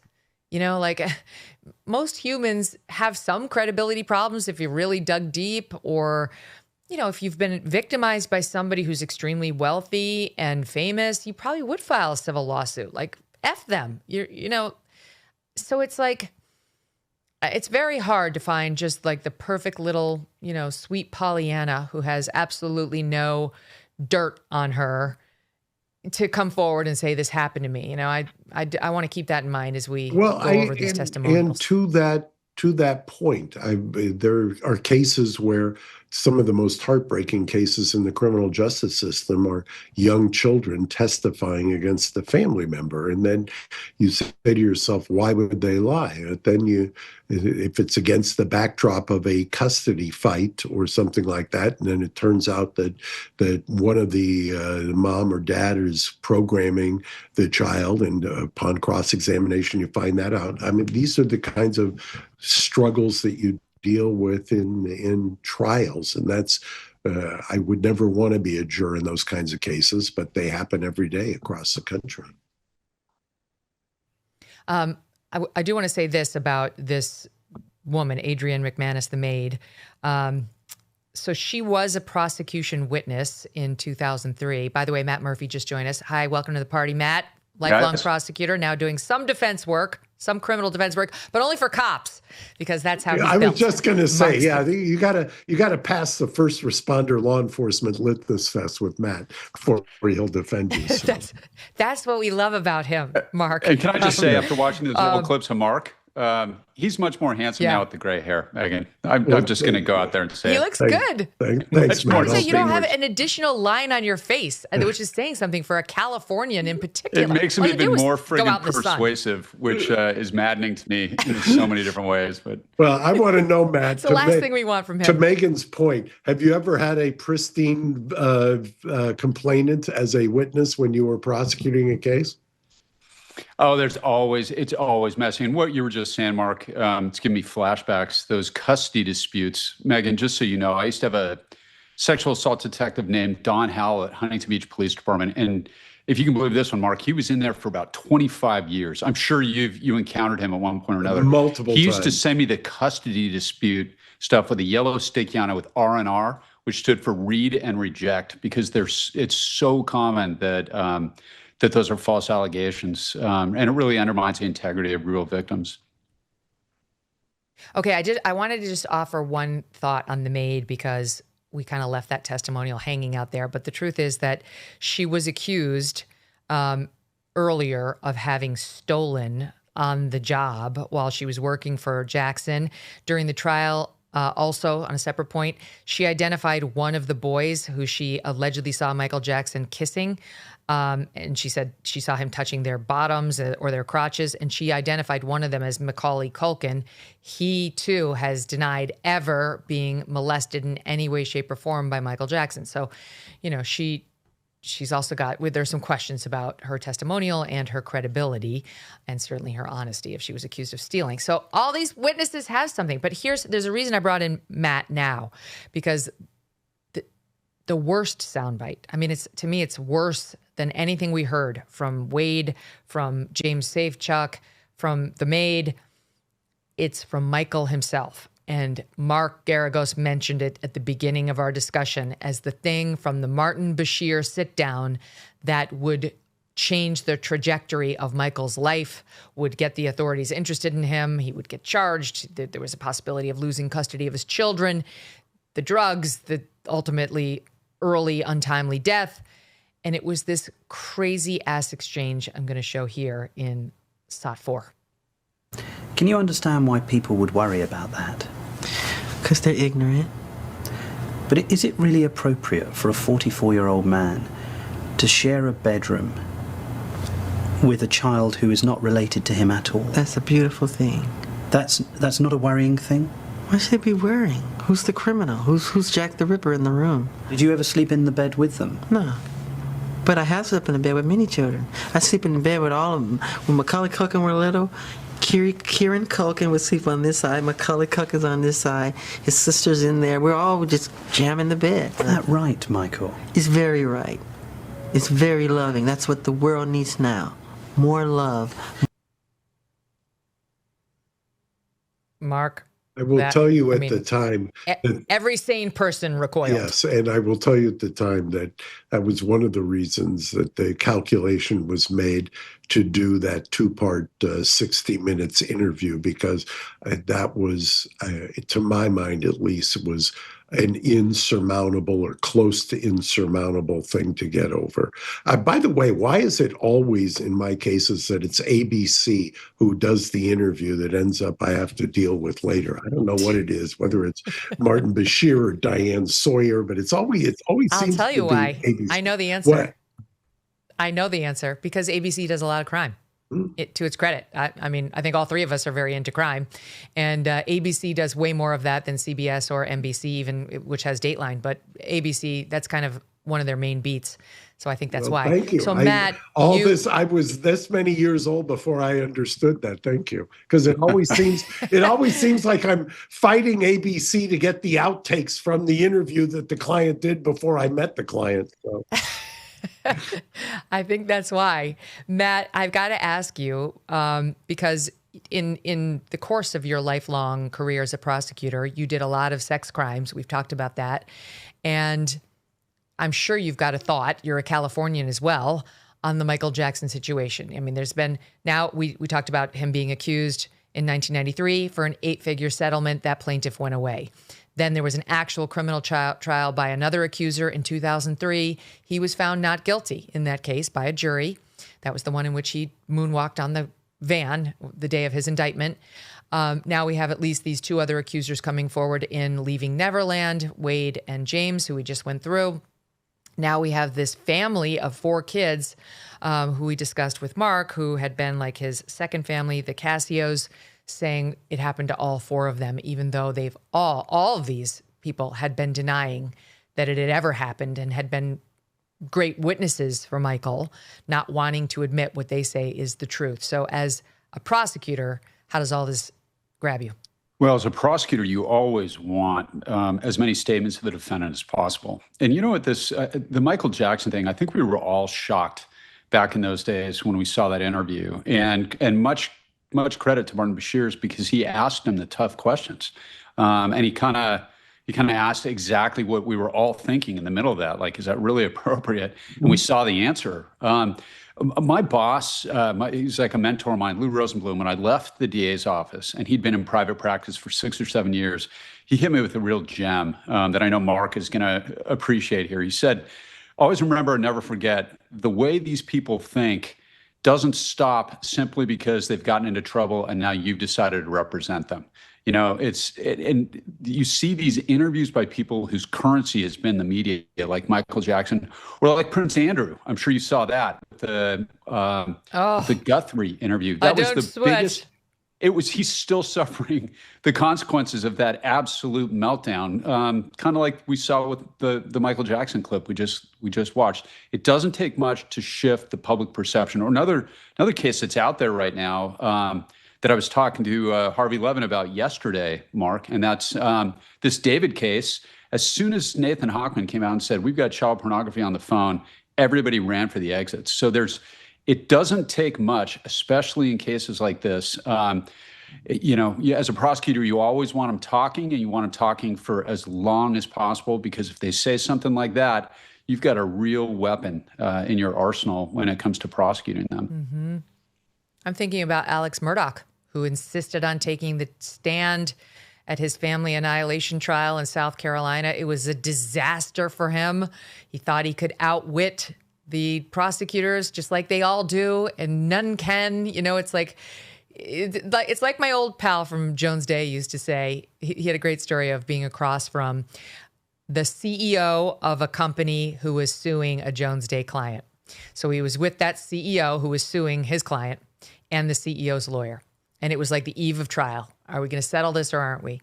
And he looked at that CEO and who was refusing to settle. And my friend knew the guy ought to settle and said to him, look, is it possible that when I get you on the stand, you will have a very, very good day and I will have a very, very bad day? No, it's not possible. It's not possible. Like, you're not going to outwit me. And sure enough, that guy settled, as they all should. It's like if you have a really talented civil attorney crossing you, or if you have a lifelong prosecutor who knows his stuff, you're going down. You're not going to outsmart the Matt. There's probably nobody in the world right now, Megyn, more than the guy that's sitting there with us right now, Mark Geragos, who's probably had that hard conversation again and again. And as he sits there, he can't talk about it because it's all probably clients we all know or heard of, and he can't reveal any attorney-client. And I know he's just jumping out of his skin right now because he's got so many examples of that he can't share. But yeah, that's Scott Peterson. Oh my God! So I knew many. she was going to go there. Well, my father, who was my hero and mentor, used to say, "It's a rare case for the defense that gets better after the prosecution rests." And boy, isn't that the truth. I remember one case in particular, will remain nameless, where I had tried, I thought, the best murder case I had ever tried as a defense lawyer. And then my client insisted that he was going to take the stand. And I actually took him into chambers. And I said, I will quit before I put this guy on the stand. I know it's his absolute right, but I can't let him on. And sure enough, he took the stand. And he did well for the first day, and I refused to take him on direct. I had one of my associates do it. I just said, I'm not going to be a party to this massacre. But by day 2, the prosecutor had so dismantled him and afterwards, the jurors, speaking of Dateline, who were interviewed by Dateline, the foreperson said, we were never going to convict him until he took the stand. And that's your worst nightmare. Okay. So I want to shift gears, though, in the time that we have, because I teased at the top of the show 2 things. I teased Katie Porter and who she's saying released that tape, which we don't have time for. That was actually, we're going to have to do that tomorrow. But I will play, I promise, Mark Halpern's here tomorrow, and we are going to play it, and we're going to take a deep dive into it because we've actually looked into her claims. Why does Mark Halpern get all the fun of Katie Porter? I mean, has there ever been a worse? As a lifelong Democrat in California, how did we get to the point where Katie Porter is our best and brightest? I don't even understand that. It makes zero sense to me. The woman has absolutely no redeeming qualities as a political candidate. You wouldn't hire her to run your 7-Eleven, and we're going to hire her to run the 4th largest economy in the country? What is this blaspheme against the clearly most qualified candidate? She deserves this, and so do I. That's the important thing, Mark. The people of America deserve to see this woman ascend and be in if we have to have a Democrat, if we can't have you can't have competence. Not Spencer. God forbid you've got competence. God forbid somebody runs who actually has run something before. Steve Hilton would be great. Chad Bianco would be great, but if we can't have them, it's got to be Katie. She's the one who needs to do it because we deserve that. Okay, but anyway, what we teased was the Blake Lively settlement. And her lawyers are already making a bunch of noise and also trying to spin the pre-existing understanding that they were going to recover some attorney's fees because he sued her, he countersued her for defamation. And that claim was thrown out. And there's a California statute that protects alleged victims of sexual harassment from getting sued for defamation, because this is something that a lot of defendants will do, saying if you do that and the person who was claiming to have been sexually harassed has any sort of good faith basis for saying she was sexually harassed, and your defamation lawsuit against her then gets thrown out as it was here, you are going to be able to recover your lawyer's fees against that defendant who filed a counterclaim for defamation. So she did get his defamation claim thrown out. She is entitled to some measure of fees. We knew that a year ago when that happened. And now that she's willingly settled all the rest of her claims, whatever existed of them, because most of her case got thrown out too, she's willingly walked away from all of them. And she's trying to spin the remainder of those fees as her big victory. She's won. You see, she's won. Meanwhile, we all knew you were getting some measure of fees. Here's her lawyer on a podcast just the other day. Hold on a second. It's what's the name of this show? The Town. And it was on May 8th on a little spin. Okay, let's listen to, is it, well, you guys play it. You've been looking at it. I don't know which one it is. 19A. So let me tell you why our client is happy, ecstatic with this settlement. The reason that our client is happy with this settlement is because it gives her the power and the opportunity to pursue what we believe is her most potent and powerful claim in a way that is efficient, in a way that is final, in a way that the defendants have no appeal rights over, and in a way that cuts off most of the noise that would be surrounding this case and lets us get straight to the core issue of how the defendants retaliated against her, specifically the retaliatory lawsuit that they filed that called her a liar, that branded her a liar. And it's not one of these statutes where there's discretion for awarding the damages once the conditions are met. And we believe the conditions have essentially already been met. And what's important about that, Matt, is that they filed a $400 million defamation lawsuit against our client, against Ryan Reynolds, against Leslie Sloan. They claimed that all of this was a lie, it was all made up, and they were going to prove it in court. They lost that. Well, oh my God. Wait, can I just... To say that this was the best claim that they had all along for attorney's fees on the thrown out defamation cross claim? That's what a revisionist history, Geragos. Well, first of all, this is what's called anti-SLAPP. And there is this peculiar section, 47.1, whatever it is, that says if you prevail, you can get your attorney's fees if somebody comes after you. There's one problem with that. As you pointed out, Judge Lyman has had this on his docket, so to speak, since last year, number one. Number two, Blake Lively's claims were just gutted like a rainbow trout. No. You see, you don't know what you're talking about, Mark. This, in fact, was her most potent and powerful claim all along for the attorney's fees expended defending his defamation claim. And by the way, I think if somebody were to check PACER, which is the federal electronic docket, I believe that gentleman who was interviewed just there by the, I think that was by the Puck outlet. I think he filed a request, or one of his brethren filed a request to augment the briefing of what has been pending since last September. Asked for, I believe, a 5-page brief to supplement their arguments. That was...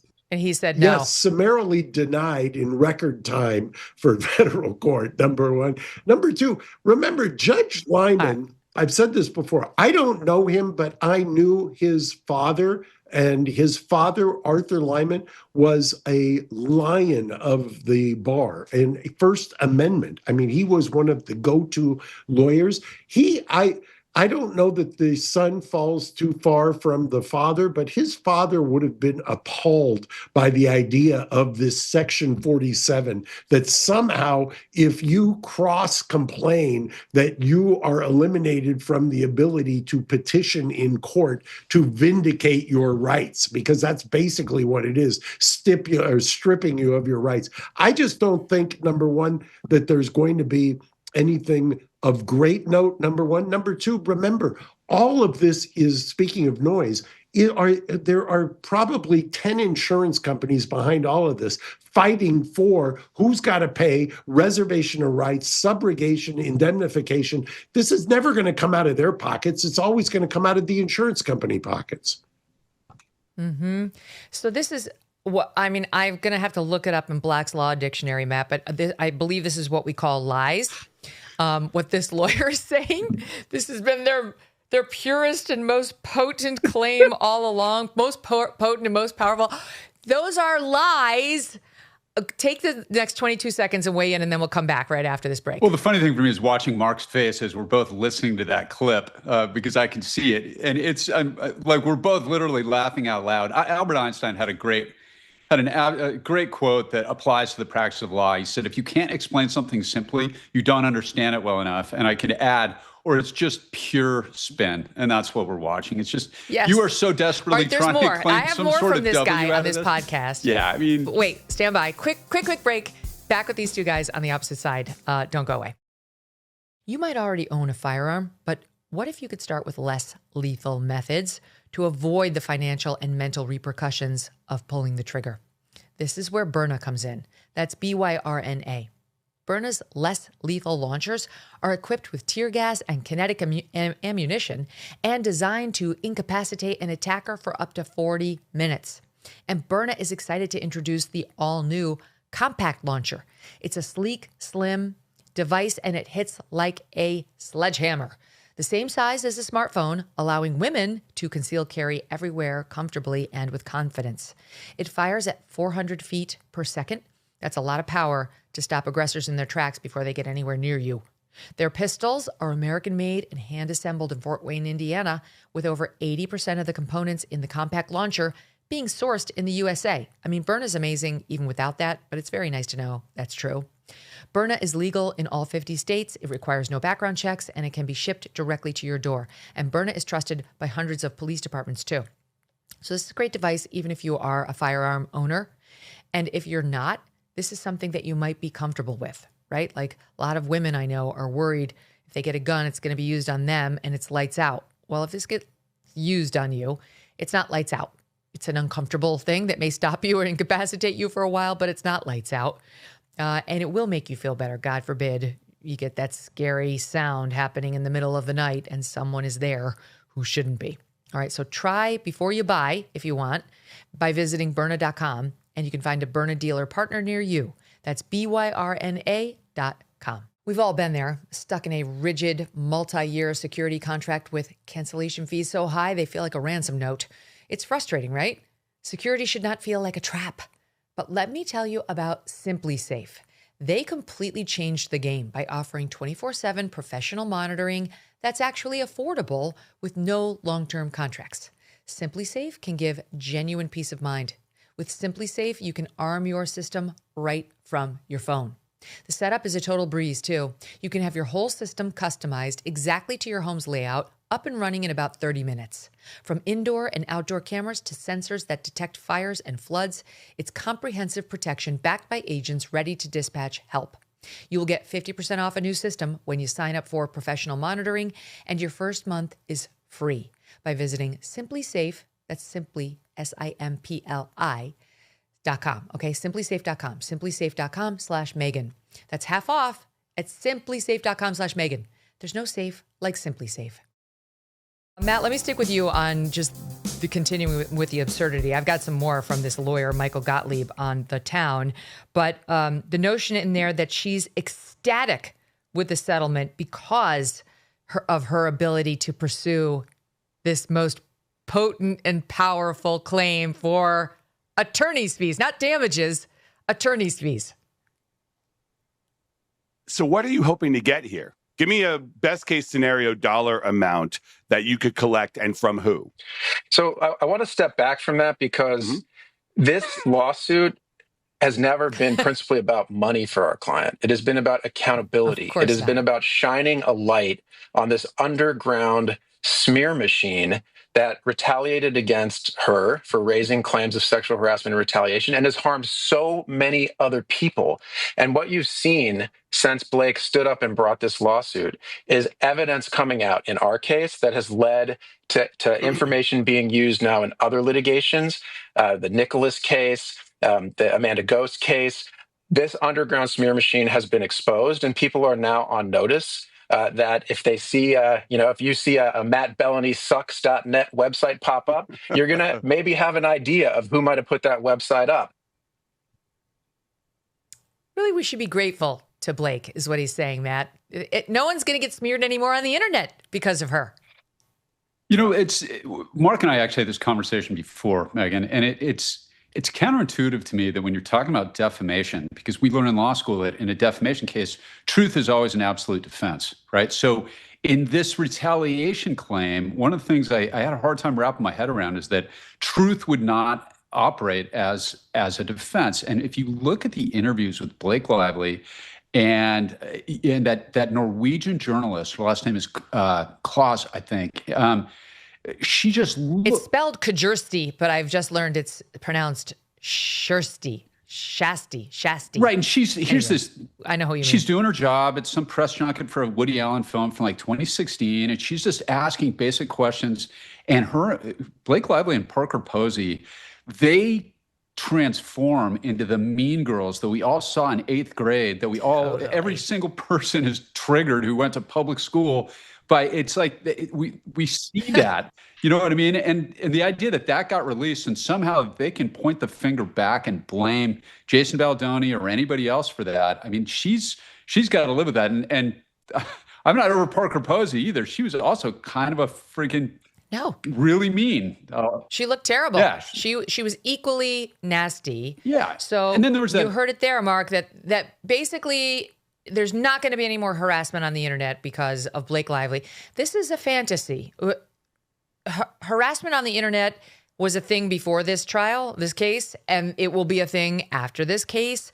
We're allowed to dislike her. We're allowed to write terrible things about her. And when it's phrased in terms of our opinion, you can't make up facts about somebody that are false.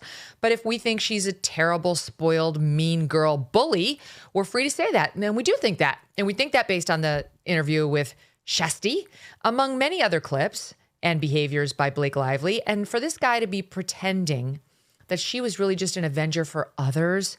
Meanwhile, you and I both know it was her her tissue paper thin skin that led her to bring this lawsuit, because she was like, there's no way anyone could possibly just hate me organically. Justin had to have made it happen. Can you imagine, and just do this thought experiment, can you imagine how disappointed my good friend Brian Friedman was to not be able to try this case against this guy?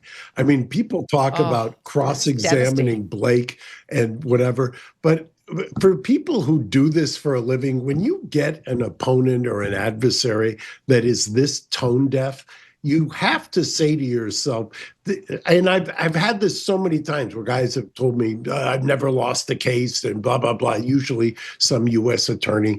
But big firm lawyers suffer from the same thing because they're in that same axis of evil, so to speak. There is a tone deaf removal from reality that they just don't understand.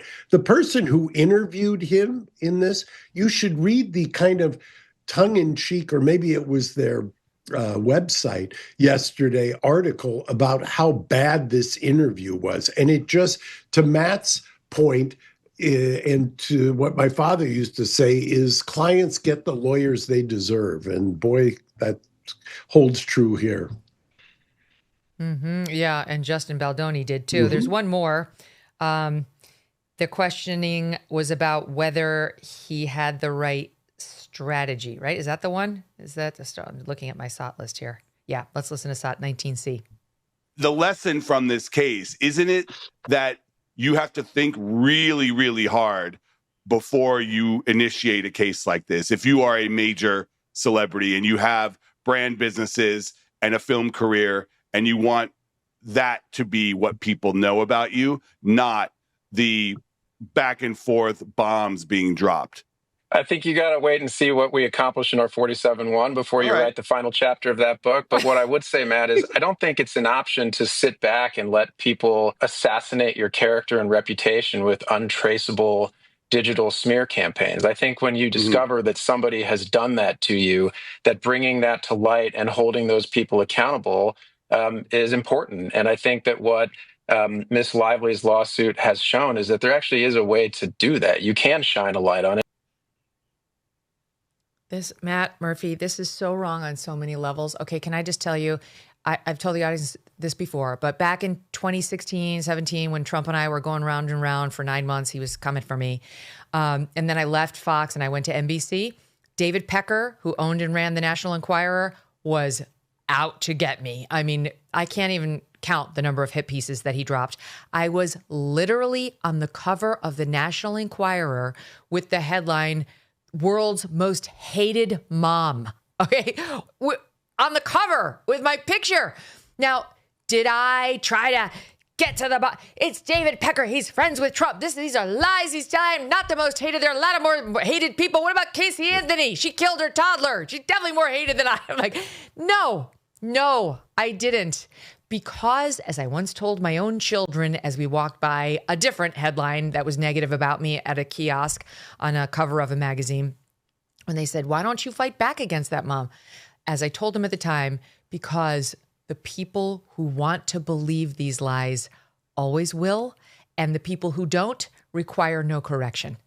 He's just wrong. He's wrong in his PR strategy, and he's wrong about what this whole thing did to Blake Lively. She is not in a better place now than she was prior to this. No, everybody looked at the videos and saw for themselves, right? There's another video where she did an interview where she said, "I can't feel fulfilled unless I have authorship over the project. I don't want to just be an actor who shows up and stands on a spot." It's a clip that has also made the rounds now. Everybody has seen it, and it makes her look absolutely terrible. So maybe these are bad moments, but these are all things that she went out and did and said herself. Another thing, Megyn, and I think this is something Mark and I were talking about the other day, and I don't know, it's an allegation that's out there, but to get text messages between Jason Baldoni and his publicist, there's an allegation that they set up a sham lawsuit, they being Blake Lively's team, where they sued this publicist to get the phone to release these text messages to the LA Times. I don't know if it's true, but if it is, that is some really shady stuff that I think the New York State Bar should look into if it's true. And so to do all that and to come out and talk about spin machines, that's pretty rich. Look, you also... Well, because the thing is, Mark, at no point have the allegations by Blake been, excuse me, they made up lies about me and used this PR firm to push them.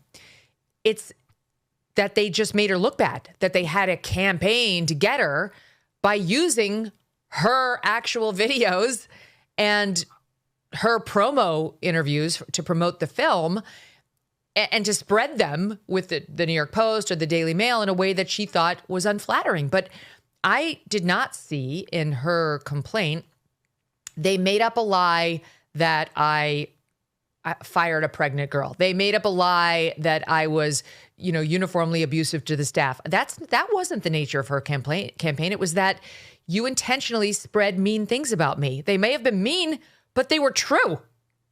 You want to know the cynic in me who, as a practical matter, will tell you what I think is happening here. When Blake Lively's case was gutted by Judge Lyman, he issued an order. If you read that order, he was unflinching in his criticism of her lawyers, to the point where it explains why, if what is being reported is true, as soon as they saw that order, as soon as her case was gutted, she had a monstrous legal malpractice action against her lawyers. How do her lawyers solve that problem? They immediately beg Baldoni's team to go into private mediation. You might say, well, how is that going to solve anything? There's a Supreme Court case in California that says, and mind you, they mediated this in California with a California-based, Hawaii-based mediator, is my understanding. The California Supreme Court case says if you go through private mediation, you can't sue your lawyer for legal malpractice. So what this was a very sophisticated legal strategy to insulate the big firm from getting sued for the tens of millions of dollars for what could have been argued was if you read Judge Lyman's order, missteps by her lawyers. That's just the cynic in me explaining why all this happened. Then what happens? Brian goes out and declares victory, and these guys now have to concoct, no, but what about 47.1 in our lawyers' fees, which everybody knows the insurance company is going to pick up for anyway. So talk about just being a cynic here. What has happened here is really kind of one of the downsides, if you will, to when you have too much money. It's a kind of a take on the old Richard Pryor joke that having a big firm represent you in a civil case is God's way of telling you make too much money. So because one of the things, I mean, the main thrust of her case was the sexual harassment claim, and it was based on a contract between the parties that never existed. That's what came out in the course of discovery. She never had a signature by the Wayfarer defendants. That's Justin's production company. And they tried to scramble on Team Blake's attorneys to say, well, there was this one that they signed, and so it was this version. But the court was like, many other versions came after that. They may have signed this one, but there wasn't a meeting of the minds yet. There were like 9 versions of this contract, and you're asking me to enforce it. Which version do I enforce? Do I enforce the 9th version that they left after, that they kind of, whatever, everybody moved on after that? Or is it the one version that might have had a signature, but it wasn't countersigned? Like, I can't divine agreement. It has to be shown to me on a piece of paper with 2 signatures, which any first-year law student knows. So how did we get to the point in this case where these, storied lawyers didn't understand that their main claim is not supported by any document? That's a very interesting theory. All right, so she will get her attorney's fees. What do you make of the fact, though, that the judge they wanted to brief it again? They went back in, Matt, and said, give us another chance. They already briefed it. They briefed it. They submitted it. They said, oh, she's got some $400 million in damages, whatever. They briefed attorney's fees, and she wants them trebled, meaning tripled, which is potentially a possibility under the anti-SLAPP statute that they're getting the fees under. And the judge just came out. We just saw the order because originally he hadn't actually issued the order. Now we've got it saying, the court does not require additional briefing at this time. So ordered Louis J. Lyman, May 11th, 2026. So he's not into it. He doesn't want to hear anything more from them. He's probably got his mind made up. Do you think he's going to give them some huge award and then triple it? No. In a word, no. I don't see that happening at all. I think Mark's exactly right. The apple didn't fall far from the tree, and his dad was a First Amendment, pillar. And this judge is over it, Megyn. He's figured this out. I think he's sorted out the egos. He's read everything. He knows what this is. And another thing that Mark and I were talking about the other day is when you get into these cases with celebrities, and again, Mark has dealt with this way more than I have, but I've had a few. It is amazing to me how we get this image of how glamorous they are and all the money and all the power and the red carpets. And then you look beyond the curtain and you see text messages, and you see a lot of petty, really small human beings. Like they are, the reality oftentimes is almost so disappointing because they're not as smart as the characters they play, and they get in these petty, ego-fueled feuds. And when you've got all the money in the world behind you, you wind up in situations like this. And I think somebody finally pulled her aside and said, you have lost this battle. You're destroying your career. Read the comments section of some of these things. you look terrible and it's so bad you're dragging your husband into it. That's my guess. And I'm sure the word ecstatic because of her attorney's fees is so laughably just ridiculous. But look, this is one of those. I approach everything, Megyn, in my experience, from a position of victims. And I've represented women since I've been in private practice who were legitimate, real victims of sexual harassment from people that were in positions of power. I know you've had that experience. Like, that's a real thing. And it's kind of like Amber Heard and the Johnny Depp stuff. It's like we should believe victims until we shouldn't.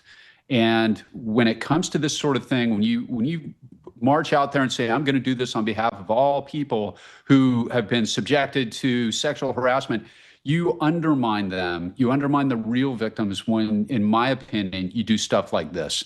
And Mark had a great point the other day. Blake Lively, when the judge gutted the cases because she was an independent contractor and not an employee, that was the technical reason, she could have taken an off-ramp right then and there and said, I'm going to now rally so that independent contractors also have protections under the law for sexual harassment. And she didn't do that, and she could have done that. And Mark said, it was a great point, if they'd enacted a federal law, they would have called it the Blake Lively Act. And she could have, then she could have been a hero. Right. And she didn't take it. She didn't do it because, in my opinion, she was driven by ego and trying to settle a score. And that's what this whole thing is about. And like Brian has been saying all along, Mark Geragos, he knew it's one thing to say in a complaint to the California Human Rights Office, one thing, but when you're on the stand under oath, being cross-examined by Brian, it's quite another to try to back up those claims about they walked in on me in my dressing room when I was breastfeeding my baby against my will, and then confronted with a text message saying, come on in. Come on in. I'm breastfeeding my baby, but it's fine. By the way, I don't know. She was going to get ripped apart. I don't know if I'm sure you've told it before, but I will tell it again for you. Brian became your lawyer because he started off as opposing counsel against you. And that's some of the best kind of lawyering you can do is when your opponent says, no, I'm hiring this guy so I never have to deal with him again. Oh, right? And Geragos, I started off like, I can't stand this prick. He is such an asshole. I cannot stand him. I hated him. When he was taking, when we were taking the deposition of his client, he was like interfering in a way, you don't like speaking objections at a deposition, right? I was like, I can't stand him. I didn't like the way he talked to my lawyer. And so finally we get to the point where he's deposing me. And I was like, I was ready. Of course, I'd been a litigator for 10 years at Jones Day. This is not my first rodeo. I was totally ready for him. And I fell in love with him. I was like, he's so charming. He's so smart. He's raising good points. We're having a great back and forth. I had no stakes. I whatever. It was very clear where this claim was going to go. And Brian inherited it. He didn't actually take this case. It was kind of given to him. But we bonded over these 8 hours in a way where I was like, I think I made a friend for life. That case went away. And then when I got in trouble with NBC, it's a long story that I will tell someday in full, but an agent connected me with Brian, and the agent fled, but Brian stayed with me. And he was like, just so you know, I don't give an F, he said the word, what anybody thinks of me. I've got you.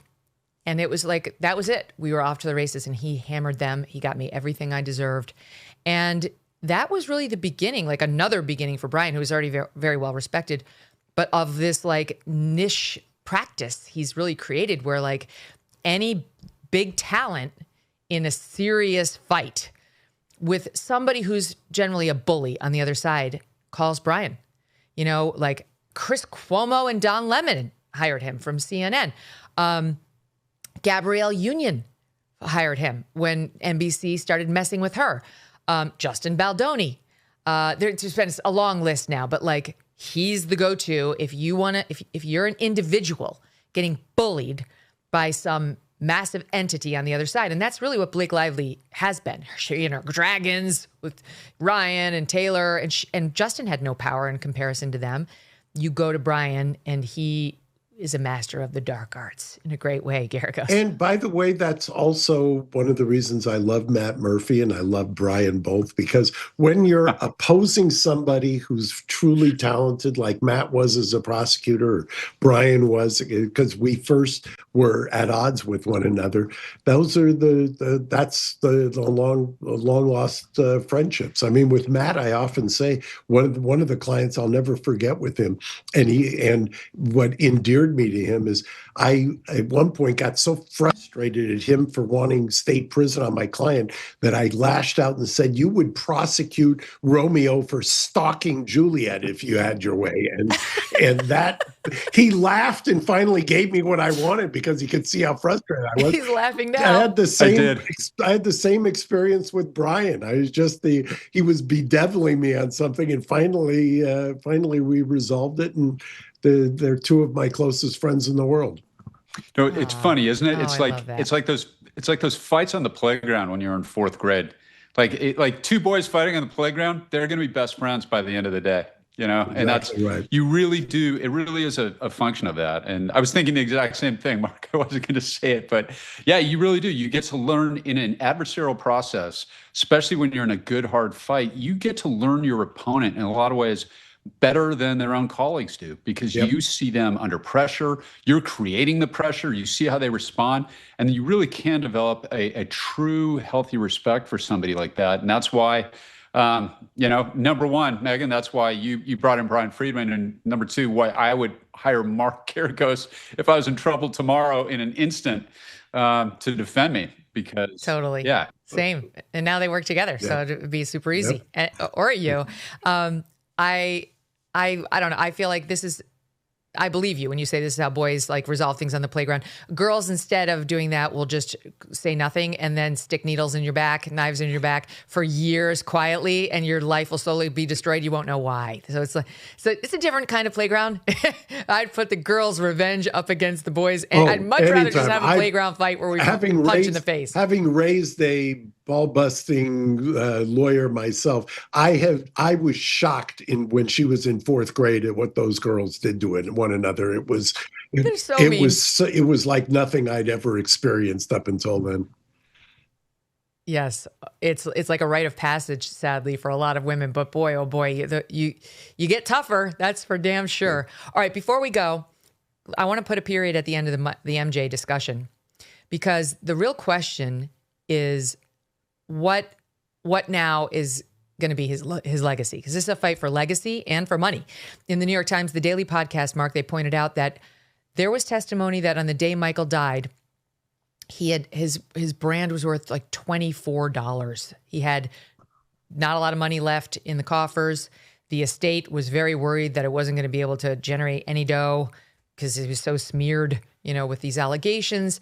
But now we've had the MJ musical, which has defied expectations and become a smash hit for 5 years with nearly sold out venues. We've had the Cirque du Soleil. Now we have this movie with hundreds of millions already and on track to potentially make $1 billion. And the filmmakers, which is really the estate, saying we have another one that we can release quickly in the hopper, which may or may not cover all the stuff we've been discussing. There's some legal impediments to them doing it, given like deals that have been signed, but it's a fight for them to continue earning and to restore his legacy. The family says they don't believe any of these allegations and they want the legacy restored. Can that be done? And will the public allow it? Well, if you want my non-legal answer is based on my experience. Yes, the public will allow it. And the fact that it has exceeded everybody's expectations in terms of the box office on this thing tells you all you need to know. No, I mean, even though there will be other, as I mentioned before, there will be other documentaries out, there will be other productions out, because money spawns money. And that is going to triumph in the end, unfortunately or fortunately, depending on who's looking at it. What do you think, Matt? Yeah, I think Mark's right. And remember, these songs are so iconic that when you hear one, it brings us back to a point in our life, like, hey, that was from 10th grade, or we remember these parties, and they're so personal to everybody because he was so huge. I mean, he was the largest pop star in the world. And look, I've dedicated my life to fighting, my professional life anyway, to fighting child molesters, basically, and those who would sexually prey on others. And I think that in the world of cancellation, he's dead.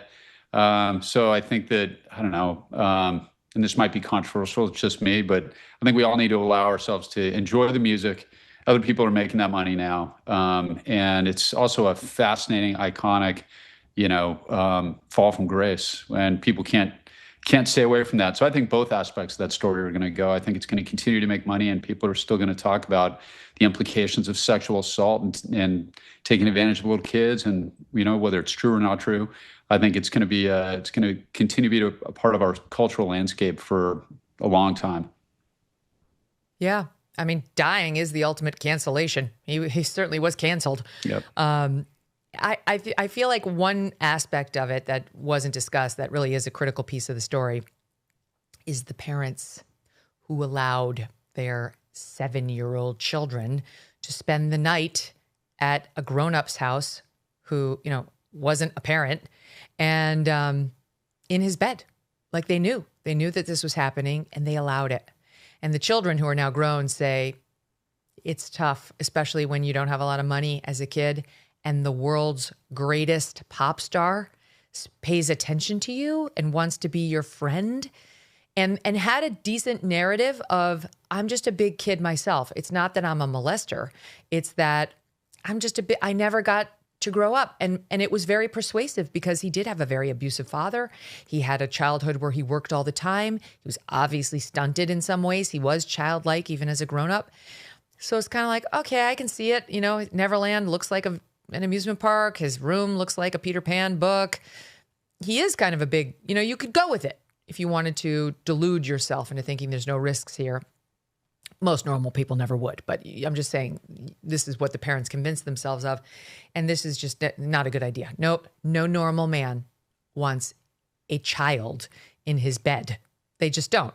It's one thing if you have a kid and he's sick and he comes in the middle of the night. I'm not talking about that. I'm talking about a strange man who's not related to your child who wants him to sleep in his bed. It's a hard no. So maybe that is potentially helpful to anybody out there listening.